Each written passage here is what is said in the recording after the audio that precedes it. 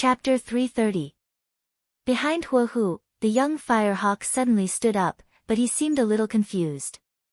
He didn't seem to understand why his grandfather had suddenly become so agitated, and why the surrounding atmosphere had suddenly become so tense.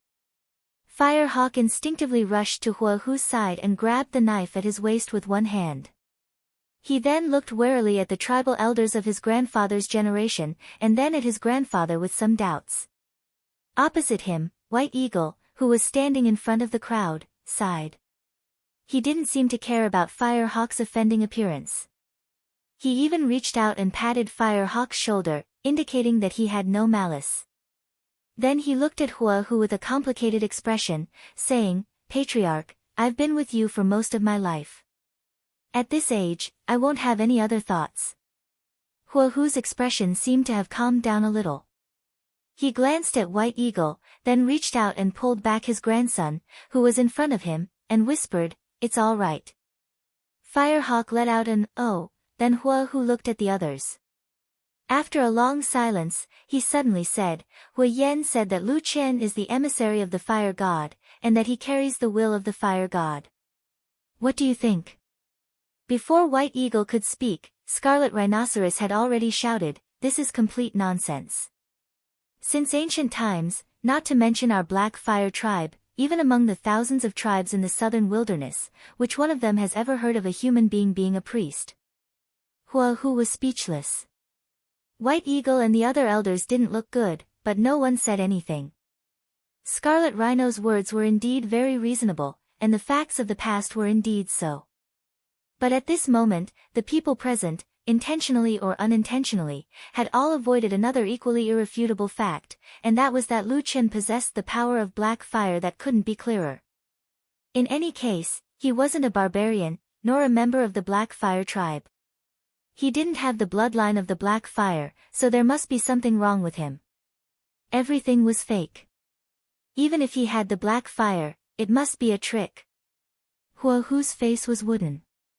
After a moment, he whispered, "Then Huayan," White Eagle immediately said, "that human race priest's methods are crafty. Perhaps he secretly used some method to confuse nephew Huayan's mind." Before Fire Tiger could say anything, Fire Hawk, who was standing behind him, suddenly became excited. He nodded repeatedly and said, "That's right, that's right. I also feel that father has been acting a little strange recently. He's been hanging out with that human all day long." "Shut up!" Huahu suddenly shouted angrily, interrupting his grandson's words. However, White Eagle, Scarlet Rhino, and the others had already nodded and followed Fire Hawk's words. At the same time, they advised Fire Tiger, "Patriarch, even little Fire Hawk thinks so. This is an extremely critical moment. For the future of our Black Fire tribe, you must make a prompt decision." Fire Tiger's complexion was ashen. It seemed as if he had suddenly aged a lot at this moment. He looked at the old people in front of him, then turned his head to look at his grandson, Fire Eagle, who still had a face full of anger. His mouth opened a few times, but no words came out. In the end, he slowly sat back down. "I'm already old. I don't know how many more years I can live." Fire Tiger's voice sounded particularly hoarse and low, as if he was making a final struggle. He said in a low voice, "Originally, I could not be more at ease with Huayan inheriting the position. But if something happens to me in the future, this is a major matter for the tribe." Everyone looked at each other, not daring to say anything for a moment. Only White Eagle's expression remained the same. He walked to Fire Tiger's side and said, "Patriarch, don't worry. If nephew Huayan is fine, we naturally won't do anything to him. But if he's been bewitched too deeply by that human shaman and is unable to free himself, for the future of our tribe, there's nothing we can do." Hearing this, Fire Hawk, who was standing to the side, suddenly trembled. It was as if he had only just understood something. Immediately, his entire face turned pale, and he looked completely devoid of blood. Even his body began to tremble slightly. White Eagle glanced at this young boy and saw the shock, panic, and fear on his face. He frowned slightly, and a trace of disdain flashed in the depths of his eyes. Then, He looked at Fire Tiger and said in a low voice, "Moreover, don't you still have Fire Hawk? He's your grandson, and your blood runs through his veins. As long as you focus on nurturing him, us old fellows will definitely support him with all our strength. In a few years, I think Fire Hawk will definitely become a qualified patriarch." When he said the last two words, White Eagle turned to Fire Hawk and deliberately emphasized his words. Fire Hawk was dumbfounded, but gradually, he seemed to understand something.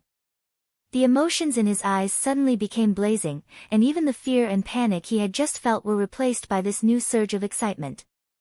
He was so excited that even his breathing became heavy. But after a moment, he suddenly sensed something. He turned his head and saw that his grandfather, Fire Tiger, was staring at him. Fire Hawk's heart turned cold, and he subconsciously lowered his head. Fire Tiger stared at his grandson for a long time, and finally let out a long sigh and slowly shook his head. Before Yi became the mysterious and terrifying black-robed priest's maid, she had always been terrified when she arrived in front of the dark stone house. The advice of her clansmen had given her a tragic feeling, and she felt that she would soon die in that stone house. Perhaps she would even be tortured, but if it was for the sake of so many clansmen, perhaps everything would be worth it.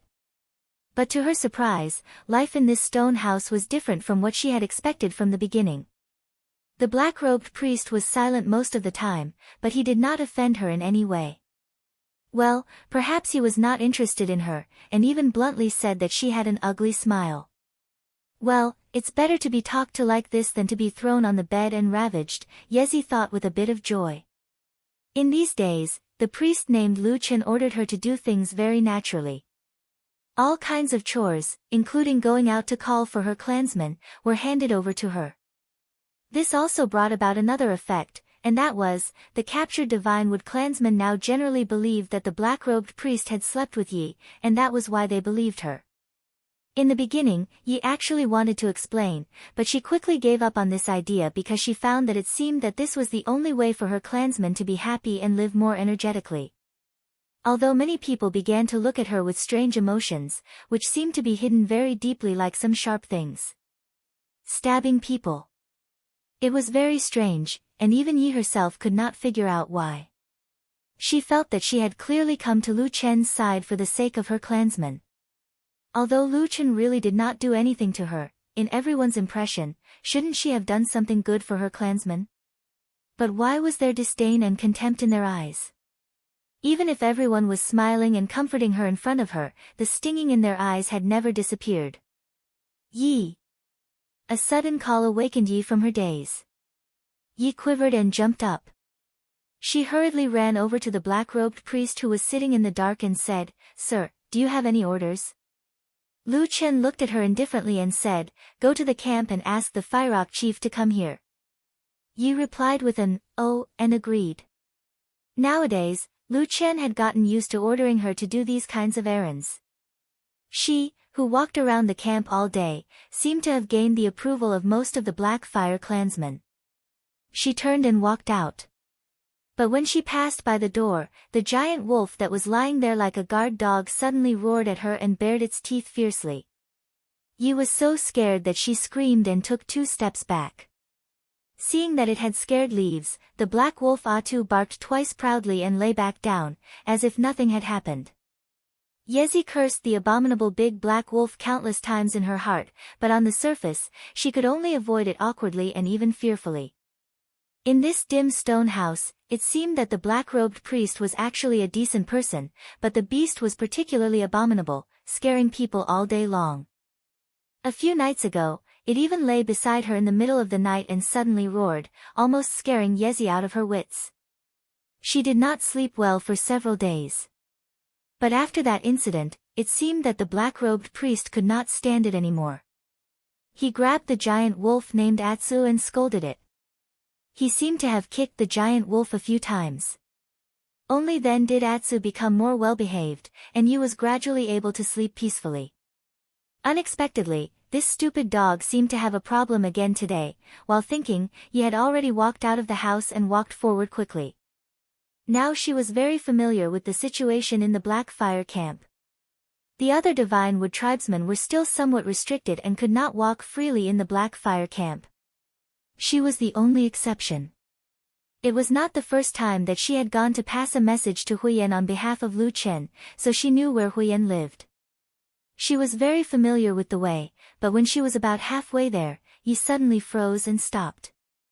A man stopped her on the road. After her identity as the black-robed priest's maid was made public, no one deliberately made things difficult for her or stopped her from walking in the camp. Today was the first time. Yi was a little surprised and a little nervous because she recognized this person. Although this person was not very old, he was very famous in the Black Fire tribe and many people would give in to him. He was Huiying, the grandson of the chief Huihu and the son of the chief Huyen. He stopped Leaf and looked at Leaf's face with a strange look. Chapter 331. The Fire Falcon was not very old. At most, he could be considered a half-grown boy, so Yezi did not feel anything strange from his body or the way he looked at her. If it were any other adult tribal male, Yezi would usually feel that they were too brave and strong. Based on her past experience, Yezi would usually feel that other people would look at her with a kind of tyrannical and possessive emotion. Whether it was the current victors of the Black Fire tribe or her former homeland, the Divine Wood tribe, it was more or less the same. After all, in the wilderness, men were superior to women for many years. In contrast, it seemed that although the black-robed priest called Lu Chen was a little cold to her, he seemed to be far easier to get along with than the others after living in the same room for a period of time. At least during these days, apart from the occasional harassment from the fat, big, stupid dog, Yezi suddenly found that the fear she should have had seemed to have faded a lot. Instead, her mood gradually became more relaxed. Eat well and sleep well. This feeling shocked Yezi. For a moment, she was in a trance, and an unusually complicated feeling flashed through her heart. Opposite her, the Fire Falcon was also startled. He originally thought that if he suddenly jumped out to stop this maidservant called Yezi, she would probably be surprised or scream. Who knew that there would be no surprise, and instead, he found that she was just standing there in a daze. This woman can't be stupid, right? The Fire Falcon thought to himself. After thinking about it, it was indeed very likely. If there were no flaws, the Divine Wood tribe probably would not have pushed her out. Hey! After thinking about this, the Fire Falcon suddenly felt a little depressed. He could not be bothered to talk nonsense with Yezi anymore, and directly asked, "Where are you going?" After being shouted at by him, Yezi immediately woke up with a start. At the same time, a look of surprise appeared on her face. No matter what, the Fire Falcon's identity was not ordinary, and it was very likely that he would be the future chief of the Black Fire tribe. He could not allow a captive like her to be disrespectful. Therefore, Yezi quickly lowered her head and said carefully, "I'm going to find the chief of the Firerock tribe." "Find my father?" The Fire Hawk frowned, then seemed to have thought of something, and his expression became somewhat ugly. He coldly snorted and said, "Did Lu Chen order you to find my father? What does he want?" Yi was startled for a moment and faintly felt that something was wrong. He secretly glanced at the Firehawk and said, "Young master, Lord Priest ordered me to invite the Firerock leader to the stone house to discuss some matters. He didn't tell me anything else." Fire Eagle thought for a moment and probably accepted Ye's explanation. After all, she was just an ordinary maid who had been captured. If there was really something important between her father, Hui Yan, and the black-robed priest, he would definitely not let her know. The Firehawk immediately nodded and said, "That's perfect. I just came from my father's place, so I don't have to make another trip. Go back and tell Lu Chen that my father and my grandfather are discussing an important matter in his residence, and it just so happens that I need to invite the priest over and ask for his opinion. Go back and ask him to come to my father's residence." "Ah." Yi was stunned for a moment and said, "You want me to go and ask Lu Chen to come over for a discussion?" The Fire Hawk glared at her and said angrily, "What? Our Black Fire tribe's chief and chief are both here. Can't we invite him?" Whether or not they could invite the black-robed priest was naturally up to the person called Lu Chen to decide. Yi was just a little maid who had no choice but to live under someone else's roof. Of course, she did not dare to argue with the fire hawk. After being shouted at like that, she was immediately startled and hurriedly agreed before turning around and running away. The fire hawk looked at the back of the little maid as she ran away with large strides, and the anger on his face slowly dissipated. He then slowly turned around and could vaguely see the stone house where Hui Yen lived. As he looked at that place, a trace of haze flashed across his face. Yezi ran all the way back to the black-robed priest's stone house. When she entered the door, Atu, the malicious stupid dog, seemed to want to make fun of her again. Fortunately, Yezi hurriedly shouted to the dark corner inside, Your Excellency, the chief is calling for you. In the depths of the dimly lit stone house, a black shadow shook for a moment.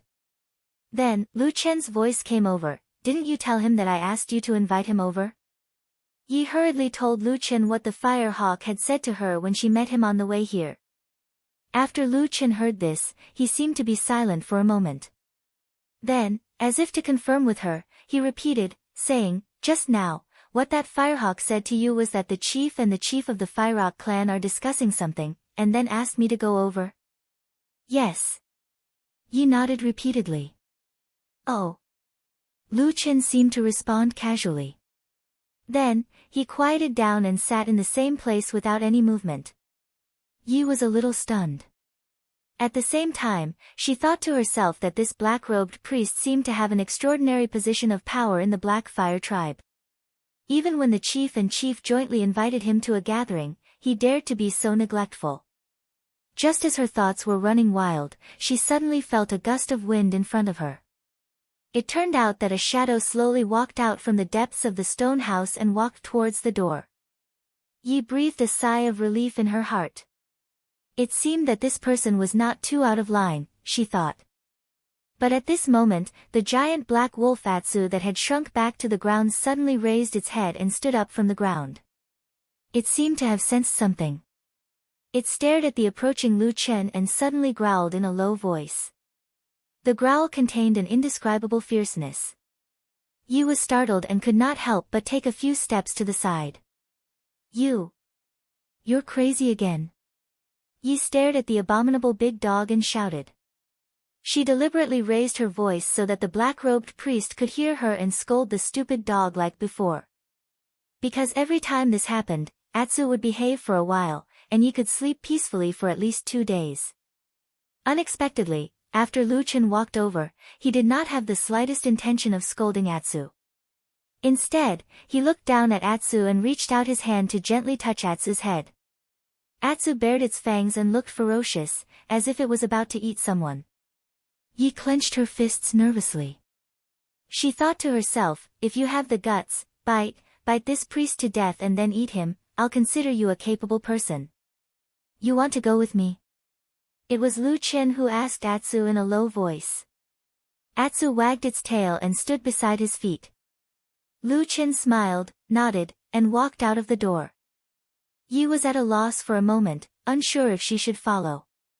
But before Lu Chen walked out, he suddenly turned back and said to her, Go call the Black Fire Guards and ask them to go to the Firehawk leader's side.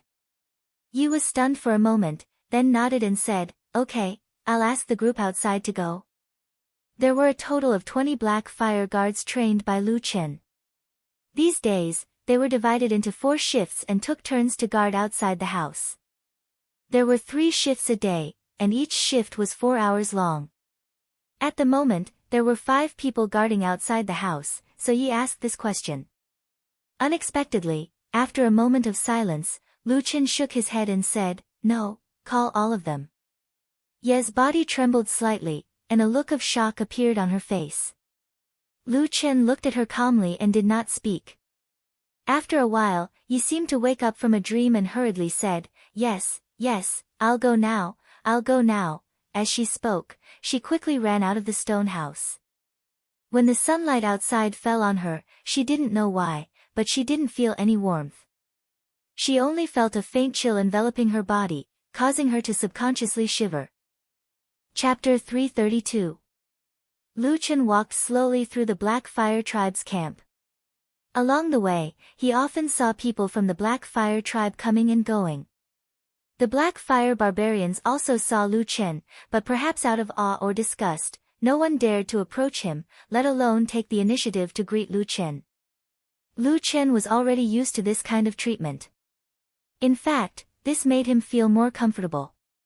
If the surrounding barbarians really saw him as a real tribe priest and worshipped him infinitely, he would have a huge headache if they rushed over and kowtowed to him. Along the way, the Black Fire tribe's camp looked very peaceful. Everywhere he looked, the Black Fire tribe members were also very normal.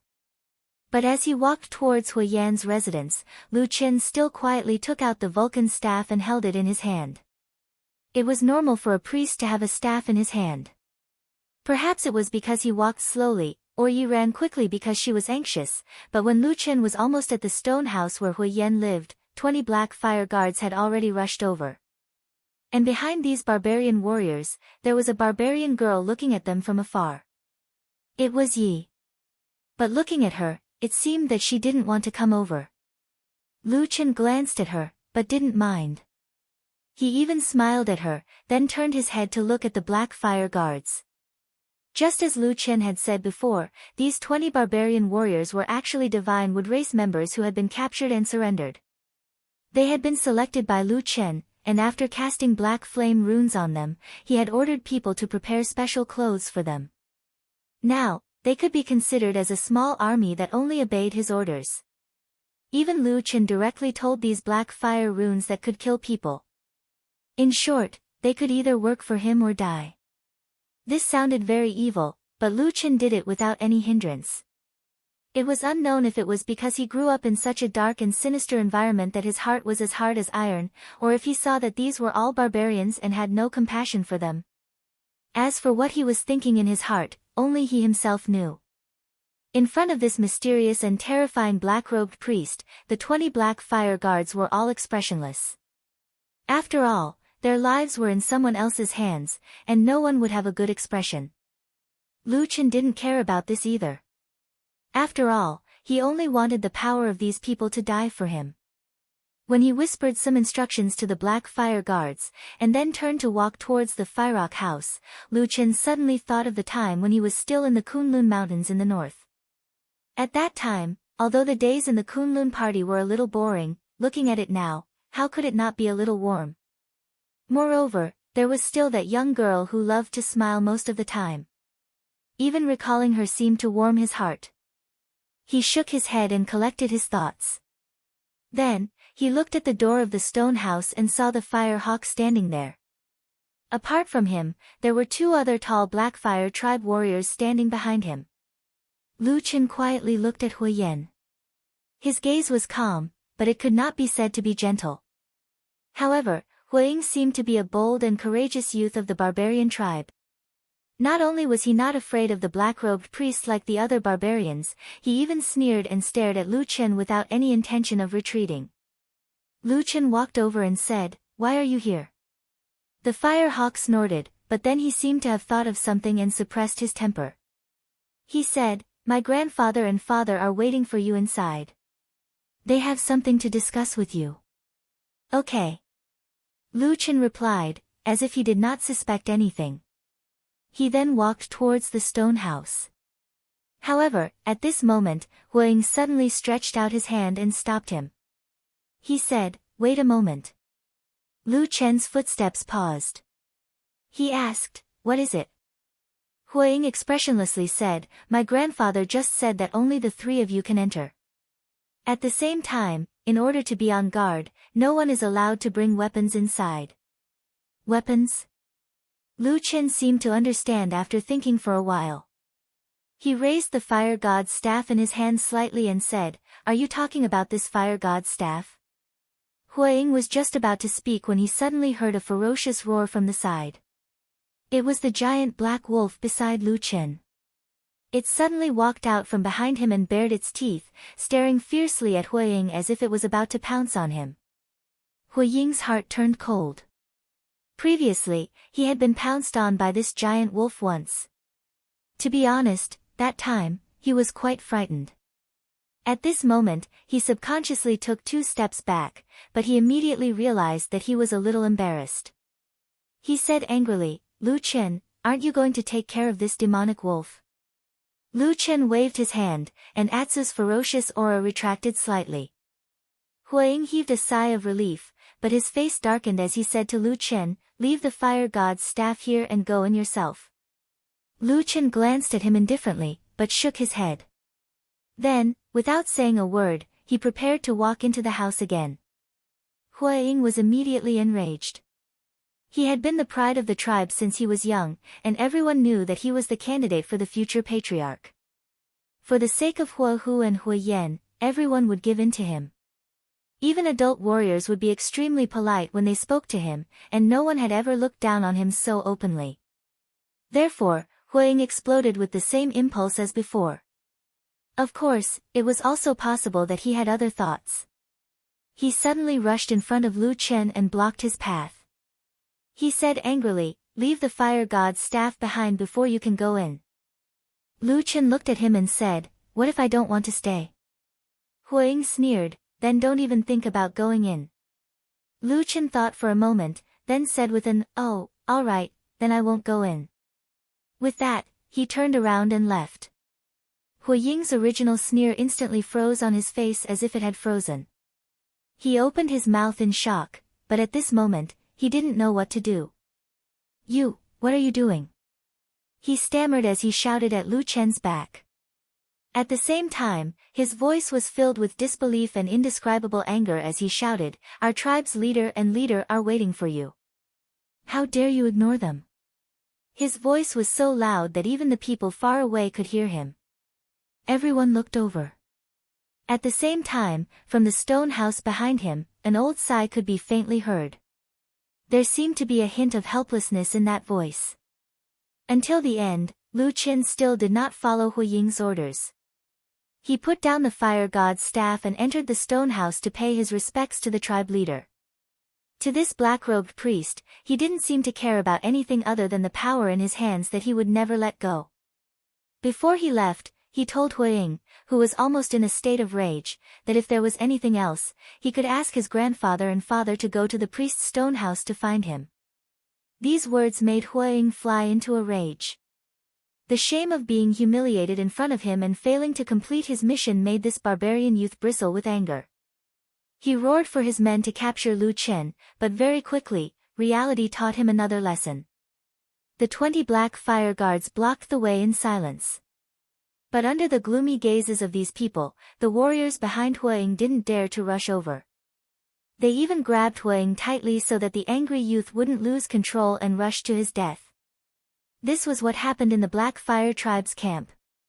But it was the Black Fire guards who had been captured by the divine tree who had suppressed the young chief of the Black Fire tribe. This was, of course, a major event that shook the entire tribe. So very quickly, warriors of the Black Fire tribe rushed over from all directions. The atmosphere in the camp suddenly became tense. Some people began to appear around the priest's stone house intentionally or unintentionally. Some warriors slowly approached and surrounded the stone house. But inside the stone house, everything seemed to be very calm. Yi had also returned. After seeing the confrontation just now, her heart was beating very fast. She had many questions to ask this black-robed priest, but she didn't dare to speak. But after a while, a question suddenly came from the dark shadows. "How many days has it been since you last saw the Fyrock chief?" Chapter 333. Fyrock chief. Yi was startled for a moment. After thinking carefully for a while, a trace of doubt flashed across his face. "I didn't pay much attention." Lu Chen said, "Don't you usually walk around the camp doing things? Could it be that you haven't seen him even once in so many days?" Yi frowned again and said thoughtfully, Now that you mention it, it seems that I really haven't seen the Fyrock chief for a few days." Lu Chen lowered his head in thought. After a moment, he said to himself, "Is there really such a coincidence? We're going to battle in 2 days." Yi didn't hear clearly and asked, "Sir, what did you say?" Lu Chen was silent and no longer spoke. He just sat in the dim shadows of the house, as if he had merged with the surrounding darkness. Fire Falcon, who had been humiliated and belittled by Lu Chen in public during the day, did not rush over to fight Lu Chen as he had said when he flew into a rage. It was unknown whether his anger had subsided or he had been dissuaded. But for Fire Falcon, who had always been proud and arrogant, this should be a great humiliation. Before the sky turned dark, Lu Chen summoned the 20 black fire guards. In the end, as usual, only 5 of them were left on duty, while the other 15 were dismissed to rest. But before they left, Lu Chen called them to the dark stone house and spoke for a while. Outsiders couldn't hear or see what the black-robed priest had said to these people, but when the black fire guards left the stone house, they found that their expressions were slightly solemn. This scene was secretly seen by someone, and it didn't take long for the news to reach the most powerful people in the Black Fire tribe. Fire Falcon was accompanying his grandfather, Fire Tiger, as usual. He sent all the Black Fire guards back. After listening, Fire Falcon was the first to ask, and even his voice rose a few octaves. The one who spoke in front of him was Qi Shi. The one who had been sent to secretly monitor the situation in the black-robed priest's stone house was his subordinate. In the Black Fire tribe, the strongest and bravest barbarian warriors were naturally the group that had gone to the Sacred Wood tribe last time. But these Black Fire warriors mostly trusted Fire Rock, and secondly, they already had the Black Fire runes cast by Lu Chen on them. They were warriors with demonic abilities, so it was hard to guarantee which side they would side with. So in this situation, the few senior elders of the Black Fire tribe played a big role. They all had subordinates, and although they couldn't compare to the most valiant warriors, they were still a force not to be underestimated. At this moment, Scarlet Rhino smiled at the Fire Hawk and said, "Indeed. It seems that Lu Chen only came to show off his might during the day." When he went back, he saw that no one dared to provoke him. Fire Falcon fiercely gritted his teeth and said in a low voice, "This person insulted me during the day, I won't rest until he's dead." Qi Shi smiled but didn't say anything. White Eagle walked to Fire Tiger, who was resting with his eyes closed, and said, "Patriarch, it's time to make a decision." Fire Tiger slowly opened his eyes and looked at White Eagle. White Eagle said, "It's best to end this quickly. That Lu Chen is the tribe's priest. Although he can't completely convince everyone, it's not appropriate to kill him in public. It's best to take advantage of the dead of the night to catch this person and his henchmen in one fell swoop.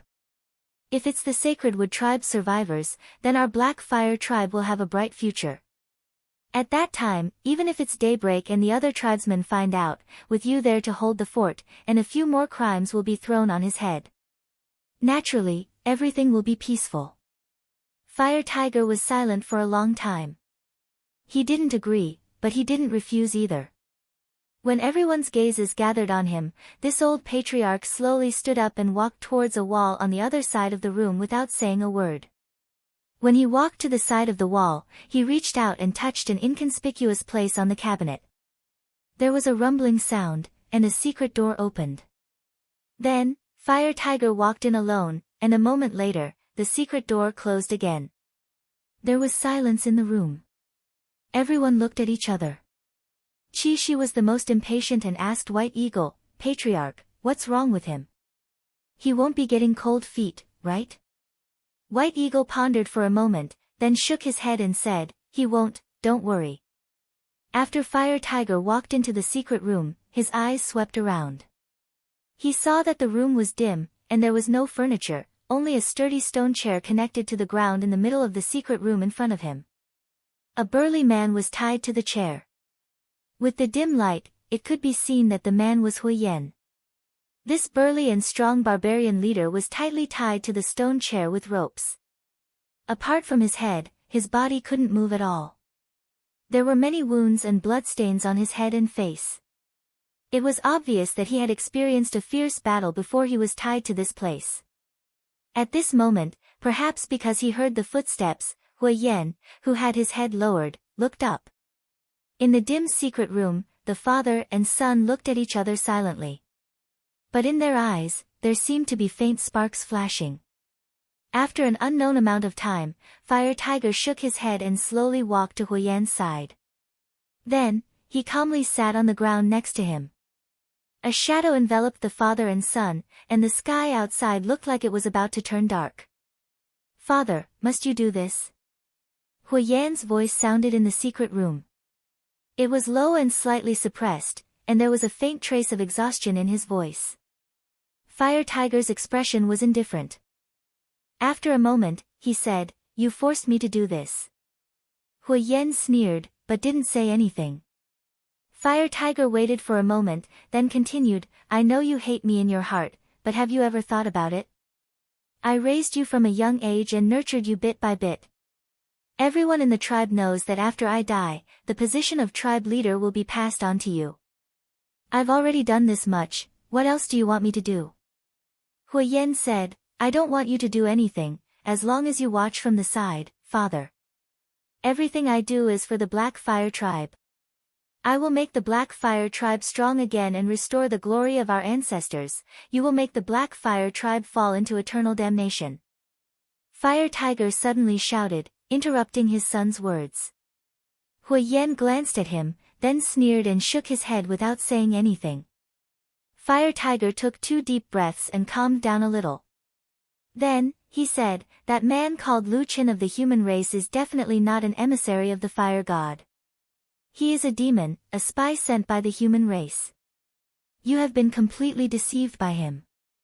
Huiyan lightly said, "He has the power of the black fire in his body."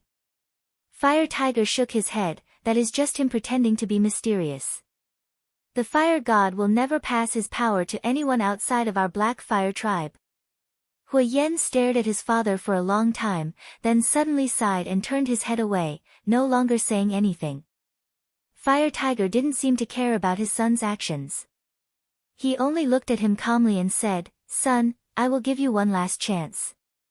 As long as you come with us tonight to capture that Lu Chen and then kill that monster with your own hands in front of everyone, then the past will be written off. Everything will be the same as before, you will still be the same, and the position of tribe leader will still be yours." Huiyan's expression twisted for a moment, as if he was struggling in his heart. But very quickly, his expression slowly became firm, and he heavily shook his head. Fire Tiger stood up and stared at his most outstanding son, whom he had high hopes for many years. His eyes were filled with disappointment, and he said in a low voice, "Why are you so stubborn? What kind of sorcery did that Lu Chen cast on you to make you become like this?" Huiyan was silent for a moment, then said, "Father, the ones in the wrong are you all, not me." Fire Tiger stared at him for a long time, then finally let out a long sigh, as if he had finally given up. He turned around and slowly walked towards the door of the secret room. Just as he reached out to open the door, his body paused for a moment, but he didn't turn around.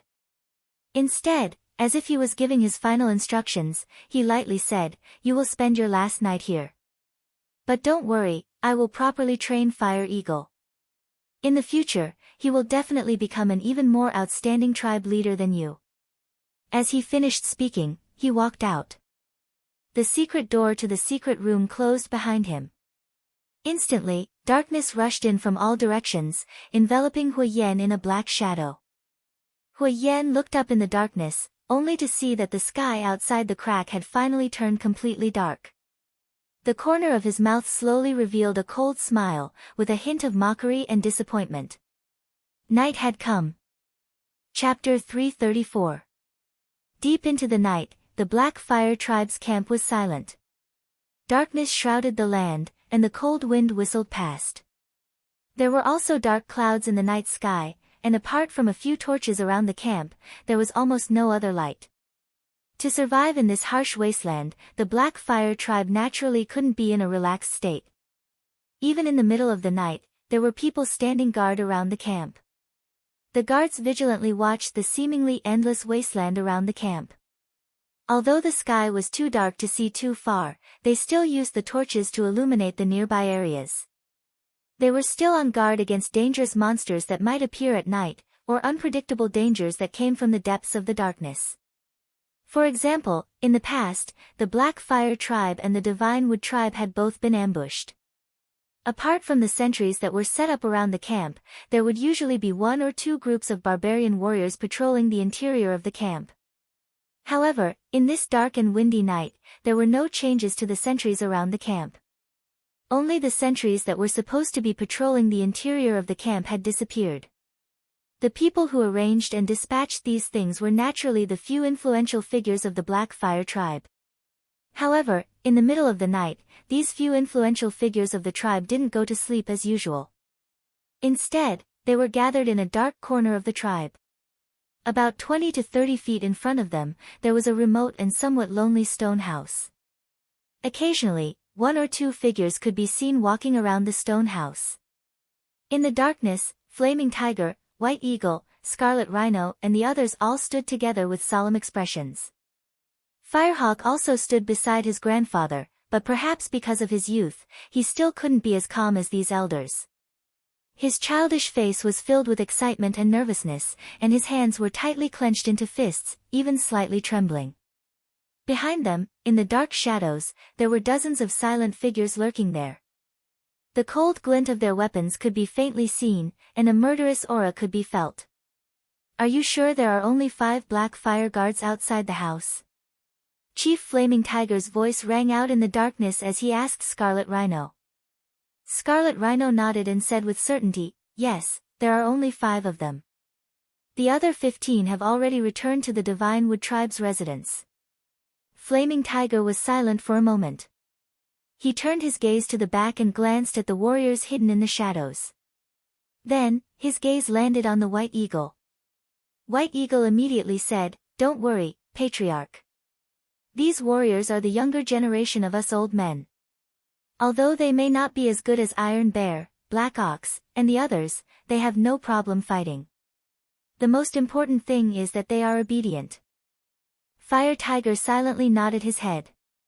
He coldly snorted and said, "If it weren't for the fact that Hui Yen brainwashed the young warriors of my clan, causing them to worship that human priest, I would have killed this scourge myself." Hearing this, White Eagle only smiled and said, "Patriarch, there's no need to worry. All the fault lies with that human, Lu Qin. As long as he's killed, you can make a public announcement, and those young warriors will naturally come to their senses." Flaming Tiger nodded.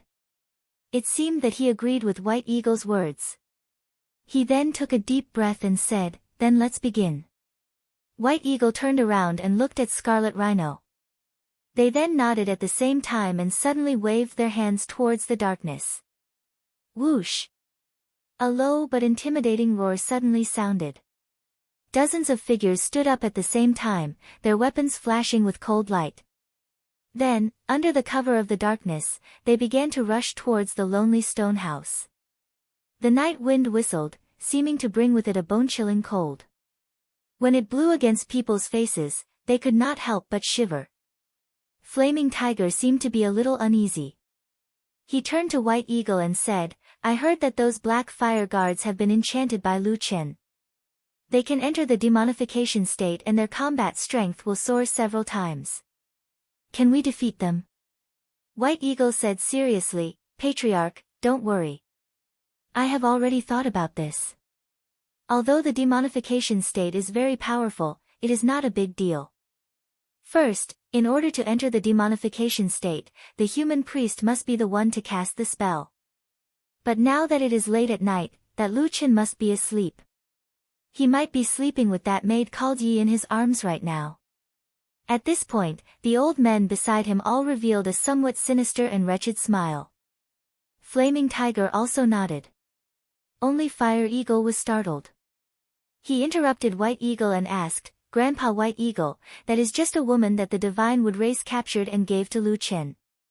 How do you know her name?"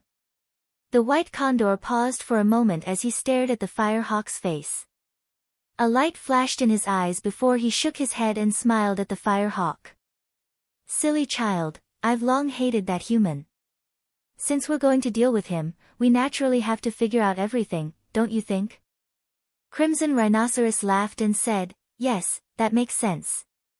But Brother White Eagle, you are very careful. I didn't think of this." "Ha ha ha." White Condor smiled and ignored them. He said to Fire Tiger, "Secondly, the number of black fire guards is still small. We can take advantage of the night to launch a surprise attack and kill fewer people. No matter what, we will still win. As long as we kill that Lu Chen, the situation will be settled." Fire Tiger nodded. It seemed that he agreed with White Eagle's words. White Eagle glanced at his expression and said, "Then let's go and take a look." Everyone looked towards the stone house. They saw that there was a sudden cry of alarm and fighting in the eyes of the Black Shadow. Then, a large number of figures twisted frantically. Cold wind whistled among the sword light and sword shadows, but there was a smell of blood drifting with the wind. Everyone present had walked through mountains of blades and seas of blood in the wilderness. They were very familiar with the smell of blood. White Eagle clapped his hands and said with a smile, "It seems that it is going more smoothly than we thought. Patriarch, let's go quickly." Fire Tiger was also relieved. He laughed and said, "Okay." With that, the group of people strode towards the stone house. The darkness of the night was like a rolling tide, incessantly boiling. Further away, in the camp of the Black Fire tribe, there were obviously people who were awakened by the commotion here, and there was a commotion in the pitch-black night. Perhaps it was because of the murderous atmosphere, or perhaps it was because someone was obstructing them, but the commotion and cries of alarm were quickly suppressed. At most, there were only a few insensible cries of children that reverberated far away in the dark night with a hint of mournfulness. The crowd was still moving forward. Everyone looked very happy and excited. They were all looking forward to seeing a bloody feast. But halfway through, someone frowned, feeling that something was wrong. That was because the sounds of fighting still hadn't stopped even now. There were still flashes of cold light in the darkness ahead, and at the same time, there were stifled roars. That was the result of telling these young warriors to keep quiet and not make any noise. Closer, closer. Everyone subconsciously quickened their pace. As they neared the dark stone house, Flaming Tiger and the group of elders finally saw the situation in front of the stone house clearly with the help of the faint glimmer of light that shone nearby. Dozens of young barbarians gathered at the entrance of the stone house. However, they couldn't rush in at the moment. This was because there were 4 or 5 figures blocking the entrance of the stone house. They were relying on the narrow space to resist the surging attack. Although they had the advantage of the terrain, to be able to resist the siege of so many people, one could imagine that the battle strength of the people in the sect was not to be underestimated. Using the faint light to take a closer look, everyone immediately sucked in a breath of cold air. They saw that the muscles of the barbarians in the house were bulging, as if they were about to burst. Their bodies seemed to have swelled up, and they looked like demons and ghosts. It was the appearance of demons. Without a sound, without any warning, these Black Fire guards had suddenly entered a state of demons, and then blocked everyone at the door. Fire Tiger's heart suddenly sank, and a wave of unease swept through his heart. He stopped and was about to turn to ask White Eagle, but suddenly, his heart turned cold. It was a coldness that penetrated his heart and lungs. Because, there was a blade that was as cold as ice that pierced through his back, and then mercilessly, with a trace of cruel aura, directly pierced through his old chest. His entire chest and body instantly turned cold. Fire Tiger's body suddenly swayed, and then he turned his head to look. In that instant, he felt as if everything around him had suddenly slowed down. Qi Shi and the other elders were still nervously looking in the direction of the stone house. Only his grandson, Fire Eagle, who was standing close to him, seemed to sense something and turned his head to look. At the same time, a trace of fear appeared on his face. Another figure silently appeared behind him, moved his hand away from the hilt of the blade, and then smiled at him slightly apologetically. The night wind whistled past, and the white hair on that person's head became somewhat messy. Behind him, a black shadow was silently stepping out of the darkness. It was such a familiar, abnormally tall figure. It was as if the sky was filled with darkness, and this old barbarian was drowning in it. Chapter 335. Qi Shi. All of a sudden, an incomparably mournful shout that seemed to tear one's throat resounded through the entire area, suppressing all the sounds of weapons clashing. For a moment, everyone was shocked and turned their heads to look. Behind the crowd, the old chief of the Black Fire tribe, Huohu, had his chest pierced by a sharp blade. Blood gushed out like a fountain, and in the blink of an eye, half of his body was already dyed red. White Eagle, who was standing behind him, hugged his body. His face was full of anger, and he pointed a blood-stained finger at Qi Shi, who was standing on the other side of Huohu, who seemed to be at a loss, and roared, "Why did you assassinate the chief?" Qi Shi's face was full of shock, and he subconsciously shook his head, saying, "No, I didn't." Before he finished speaking, his eyes suddenly widened, and the elders standing around him also sucked in a breath of cold air. Because at this moment, they saw a shadow walking out from the depths of the darkness behind Huohu and White Eagle, who were already on the verge of death. That tall and burly figure slowly walked over. Someone lit a torch, illuminating his face. It was Huoyan. There were still wounds on his face and bloodstains all over his body. He was a mess, but he carried a dignified murderous aura, like a tide surging out from his figure. And behind Huoyan, more black shadows slowly walked out. They were all expressionless barbarian warriors, and walking at the very front were Tai Xiong, He Niu, and the others. They were far more mature and powerful than the youths fighting in front of them, and even their gazes seemed colder. Silently, the group of people who had walked out from the darkness had already surrounded everyone here. It was unknown when it started, but suddenly, everything quieted down. There was no longer anyone fighting, and no one shouting. Everyone looked around blankly, and then there was the sound of heavy and nervous breathing. "Qi Shi, the chief has always treated you like a brother for so many years. How could you collude with others and kill him so cruelly?" White Eagle was full of grief and indignation, roaring at Qi Shi. At the same time, his tiger eyes were filled with tears, and his emotions were extremely agitated. Qi Shi's face flushed red, and he roared, "It wasn't me, don't slander me." As he spoke, he looked around and roared, "You all saw it just now, right? I've been standing here the whole time and didn't do anything. Quickly testify for me."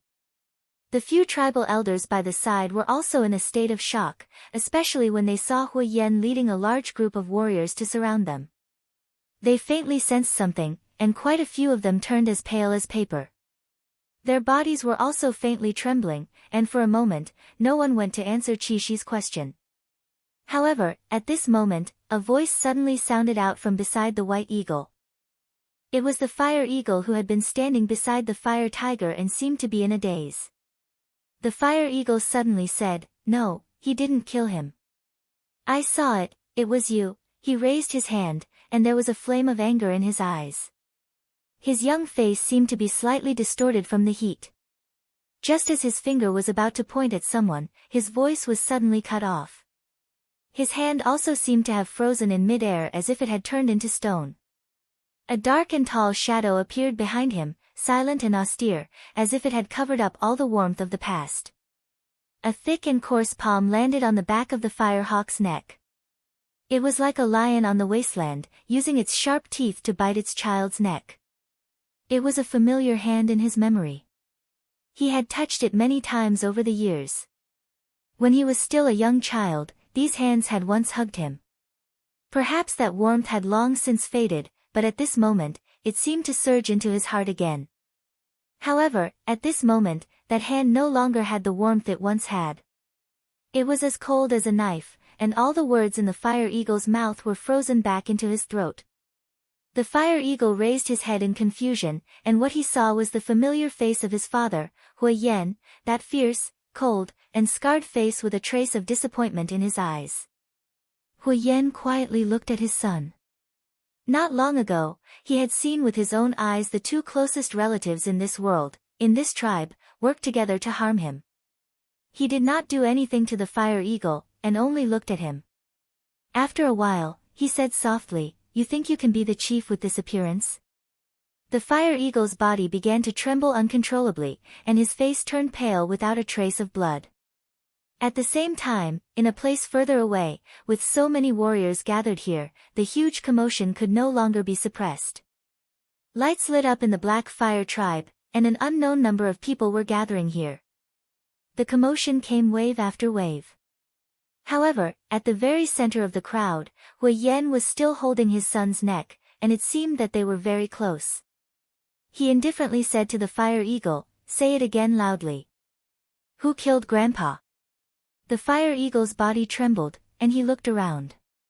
He found that Qi Shi and the other elders, as well as the young warriors of the tribe, were surrounded by the most powerful warriors of the Black Fire tribe. The murderous intent was so thick that it seemed like it was about to explode. The hand behind his neck seemed to tighten a little. The Fire Eagle's entire body trembled, and he suddenly let out a loud cry, as if he could no longer endure this terrifying pressure. He gasped for breath and cried, pointing at Qi Shi and the others, and shouted, it's them, I saw it with my own eyes, it's them who killed Grandpa." Everyone in the Black Fire tribe was in an uproar. White Condor, who was originally a little nervous, let out a long sigh of relief. He silently took a few steps back and stood behind Hui Yan's burly body. He looked as if he wanted to hide himself in the darkness. Hui Yan expressionlessly looked at the group of people who were surrounded in the middle. At this moment, they had already become completely terrified and did not know what to do. Then, with the last shred of cold indifference, he waved his hand and slashed towards them. As the hand fell, a strange and distant voice suddenly rang out in the dark sky above the crowd. It sounded as if an ancient god was reciting an incantation from the vault of heaven. The power of darkness descended from the sky and turned into streaks of black light that sank into the bodies of the strongest barbarian warriors in the crowd. Roar! Waves of roars came from the mouths of many brute race warriors. They stepped forward, their clothes torn, and the muscles of their bodies twisted and bulged. It was as if there was an unimaginable and terrifying power flowing and exploding in their bodies, turning them from ordinary brute race warriors into violent killing machines. Demonization. The people looked up and saw that in the depths of the darkness, there seemed to be a black figure hidden in a place where the naked eye could not see, coldly watching the battle that had just taken place. The darkness was like a tide, crazily surging forward. Screams, shouts, and tragic howls instantly mixed together. In the darkness, blood suddenly splashed, like a rare blood-red acacia flower in the wilderness. There was not much suspense in the outcome of this battle. In fact, this could not even be considered a battle. In front of the powerful brute race warriors who had entered demonization, the young men who had obeyed the tribal elders had almost no ability to resist. What welcomed them was a massacre that cut off their lives. Yes, it was a complete massacre. Apart from White Eagle, the other 5 tribal elders and all the young men who had participated in this matter, who were actually the family members of the 5 elders, were all killed on the spot. That night, blood splattered all over the Black Fire tribe's camp. Some special people who were watching from afar were frightened, and at the same time, they were reminded of the night that their tribe was destroyed not long ago. It was actually so similar. After 1,000 years of dormancy, the Black Fire tribe had suddenly become incomprehensible to everyone. Not only were they cruel and merciless to their enemies, but they were also incomparably bloodthirsty to their own people. That night, the Black Fire tribe underwent a shocking change.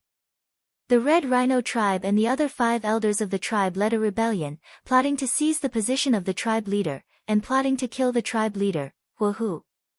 The tribal warrior leader, Hui Yan, was not afraid in the face of danger. He led the warriors loyal to the tribe to resist bravely, and turned the tide. Finally, the crisis was reversed, and all the traitors were killed. Then, under the agitation of the crowd, many Black Fire tribe warriors captured the remaining members of the 5th elder's family and slaughtered them all. At dawn, Hui Yan stopped the crowd and cried in front of his father's corpse. Then, surrounded by the crowd, he officially ascended to the position of tribe leader. Chapter 336. After the hubbub, the entire Black Fire tribe welcomed another dynasty-changing ceremony in great shock. In the tribes of the wilderness, the ceremony of a chief ascending to the throne was one of the most solemn ceremonies. But on this day, the new chief, Huiyan, who had just lost his father, Hu, ordered that the ceremony be carried out in the simplest way. He said that it was not suitable for a grand ceremony. The tribe's camp was still bleeding, and those who had already died on the ground were people that everyone knew the day before. They were clansmen that they could greet when walking on the road. The air was filled with a solemn and austere atmosphere, and no one was in the mood to carry out the ceremony. Moreover, Huyen did not need this ceremony. This was never what he wanted.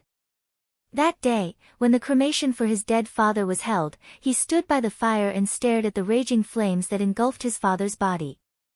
From beginning to end, he did not say a word.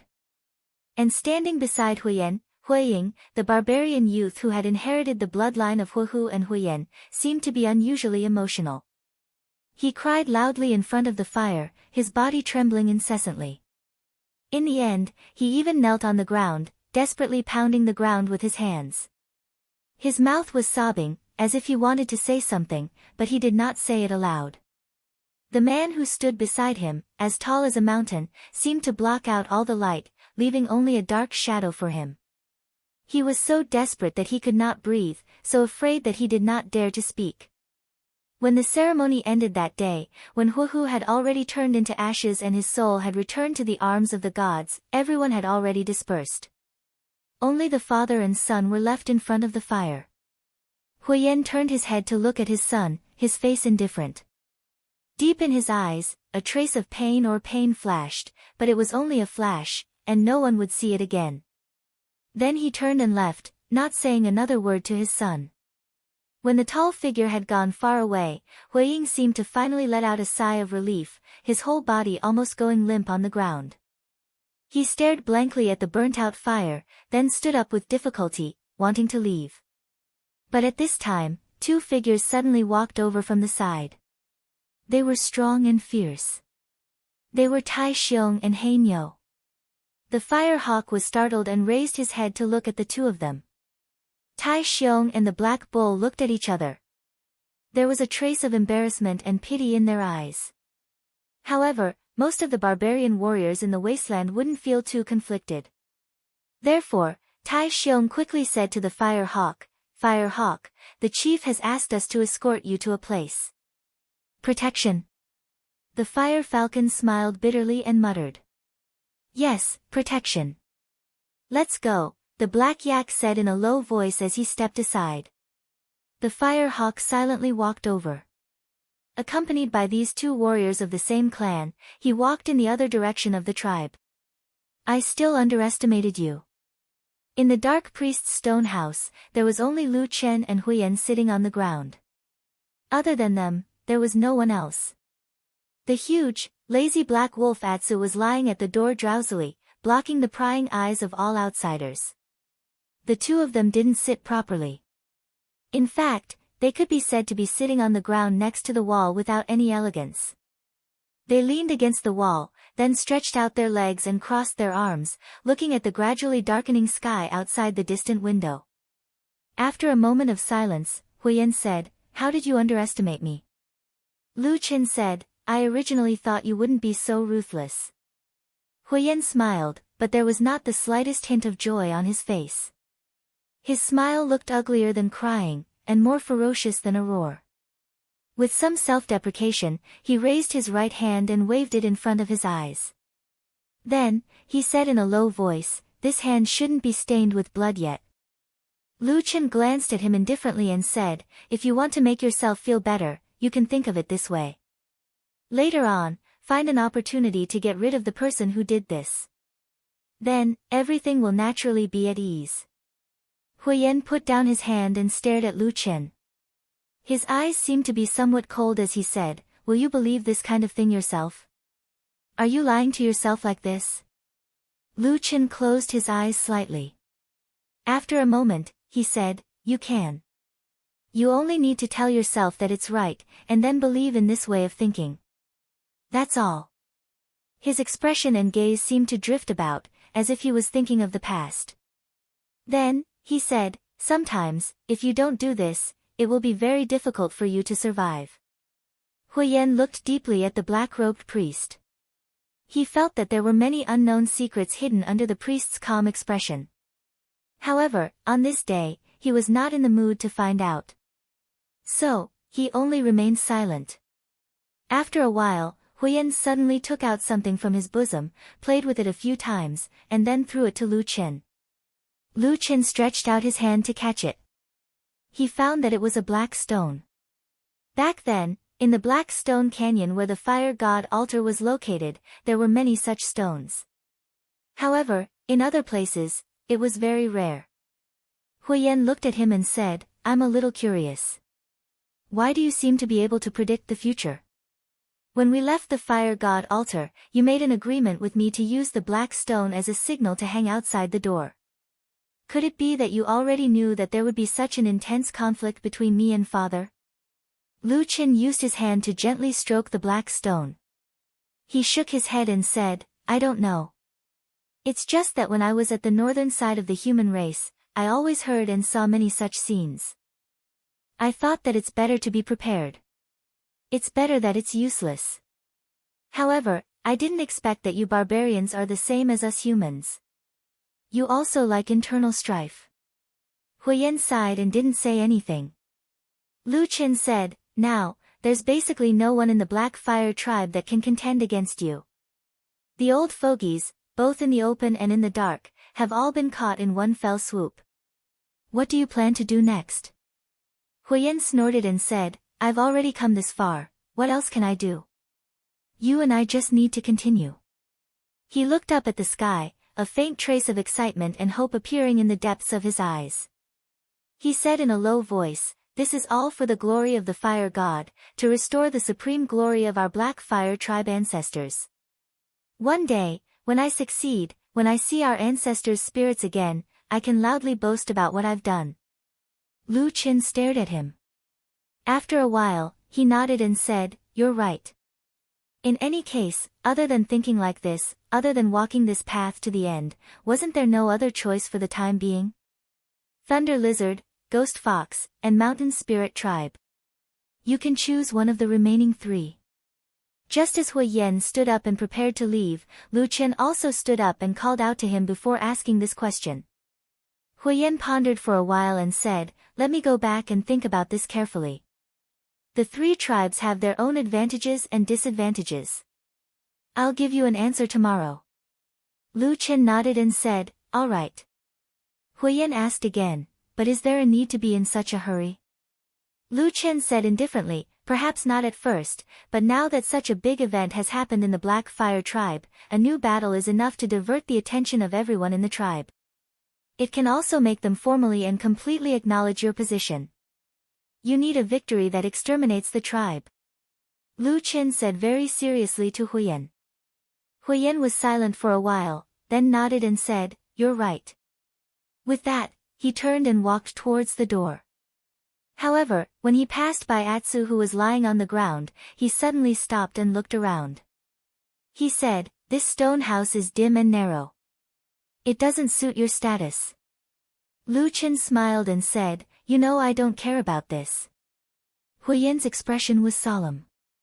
He said, "As long as we can eliminate the four tribes and unify the north, then go south to the wilderness and revive our Black Fire tribe, I will build you a shrine that has never existed in the wilderness. That is the glory you deserve." Lu Qin laughed and waved his hand. Then, Huiyan also laughed. The two men smiled at each other, then turned and walked in different directions. In the sky outside the house, the darkness of the night once again descended upon this ill-fated tribe. Chapter 337. Before the break of dawn, the sky was as dark as ink. Only the mournful cold wind whistled across the vast and desolate wasteland. Between heaven and earth, there was an austere atmosphere. Under the sky, the Black Fire tribe's camp was shrouded in darkness. Everywhere was quiet. Perhaps the wind was too cold, or perhaps the cold air of the tribe made people feel solemn. At this moment, three figures appeared in the wild grass some distance away from the Black Fire camp. They were Tai Xiong, Hei Nyo, and their guard, Firehawk. The cold wind blew across their bodies. Tai Xiong and Hei Nyo looked as if they were made of iron. They were expressionless. Only when their gazes occasionally swept past Firehawk and looked at this young boy would a strange expression flash across the depths of their eyes. There was regret, pity, and also a hint of sorrow. Thinking back to the days of the past, even though there were flashes of blades and shadows of swords, and there were also bloody battles, it gave people a sense of tranquility for some reason. It was as if the days of the past were so peaceful in their memories, so peaceful that they didn't know how many years had passed. It was a kind of time that seemed to have never changed since they were born. Every barbarian of the Black Fire tribe seemed to be walking on the fixed path left behind by their ancestors. They worshipped and respected their ancestors. They never doubted, and they walked on with determination. Until the man called Hui Yen appeared. He also worshipped their ancestors, but he wanted to break everything and change everything. In the darkness, in the cold wind, a tall and sturdy figure walked out of the darkness. The cold wrapped around him. Even the valiant barbarian warriors like Tai Xiong and Hei Nyo couldn't help but feel a chill in their hearts. For a moment, Tai Xiong and the others even felt a trace of unfamiliarity from this leader who had followed them for so many years. Or perhaps it was a trace of confusion towards the dangerous and unpredictable days ahead. Hui Yen walked in front of them and stopped. The cold night wind blew past. The farthest horizon seemed to have a faint glimmer of light. But under their feet, the wasteland was still pitch black. Even at such a close distance, they could only see each other's blurry faces. Firehawk looked up at him. For some reason, his body suddenly trembled. On the other hand, Hui Yen remained silent. His gaze finally landed on his son. His gaze was deep, as if he wanted to see through the child's heart. Under his intense gaze, the Firehawk seemed to find it difficult to resist.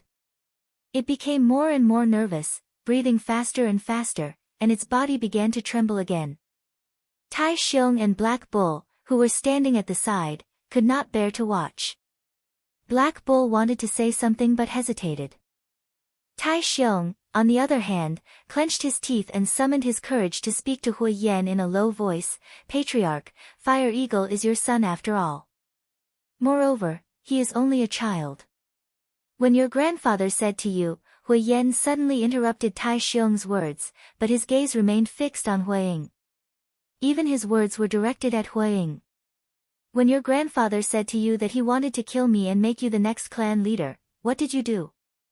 Tai Xiong and Black Yak trembled at the same time. They pursed their lips and lowered their heads, not daring to say another word. After hearing his father's words, Fire Eagle's face turned ashen. His body trembled uncontrollably, and he suddenly cried out, "Father, Father, I didn't want to harm you. I really didn't want to harm you." With a plop, Fire Eagle had already knelt in front of Hui Yen. He reached out and hugged Hui Yen's legs, crying, "From the beginning to the end, I really didn't say a single word to harm you. Everything was instigated by Scarlet Rhino, White Eagle, and the others." His mournful cries resounded far and wide in this vast wilderness. It sounded like the cries of a young beast that was suddenly facing death, and it caused others to be unable to help but raise their eyebrows and feel pity in their hearts. However, in this silence, other than his cries, there was only the cold wind. There was no other response. This scene caused this brute race youth to seem very lonely. Hui Yen slowly squatted down in front of him, and then stared at his tearful son.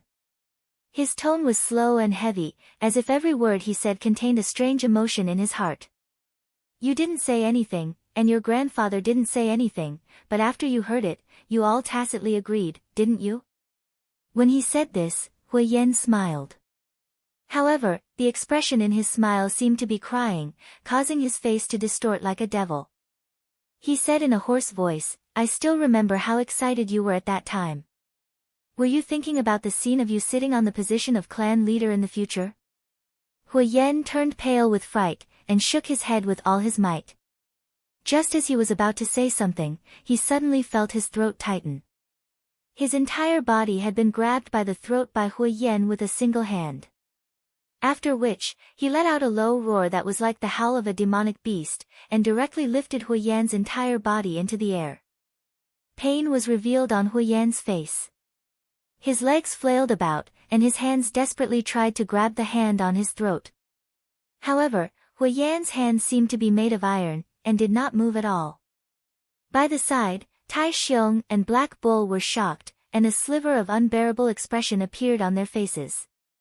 However, when they saw Hu Yan's demon-like berserk appearance, they could roughly guess the feelings of this chief at that time.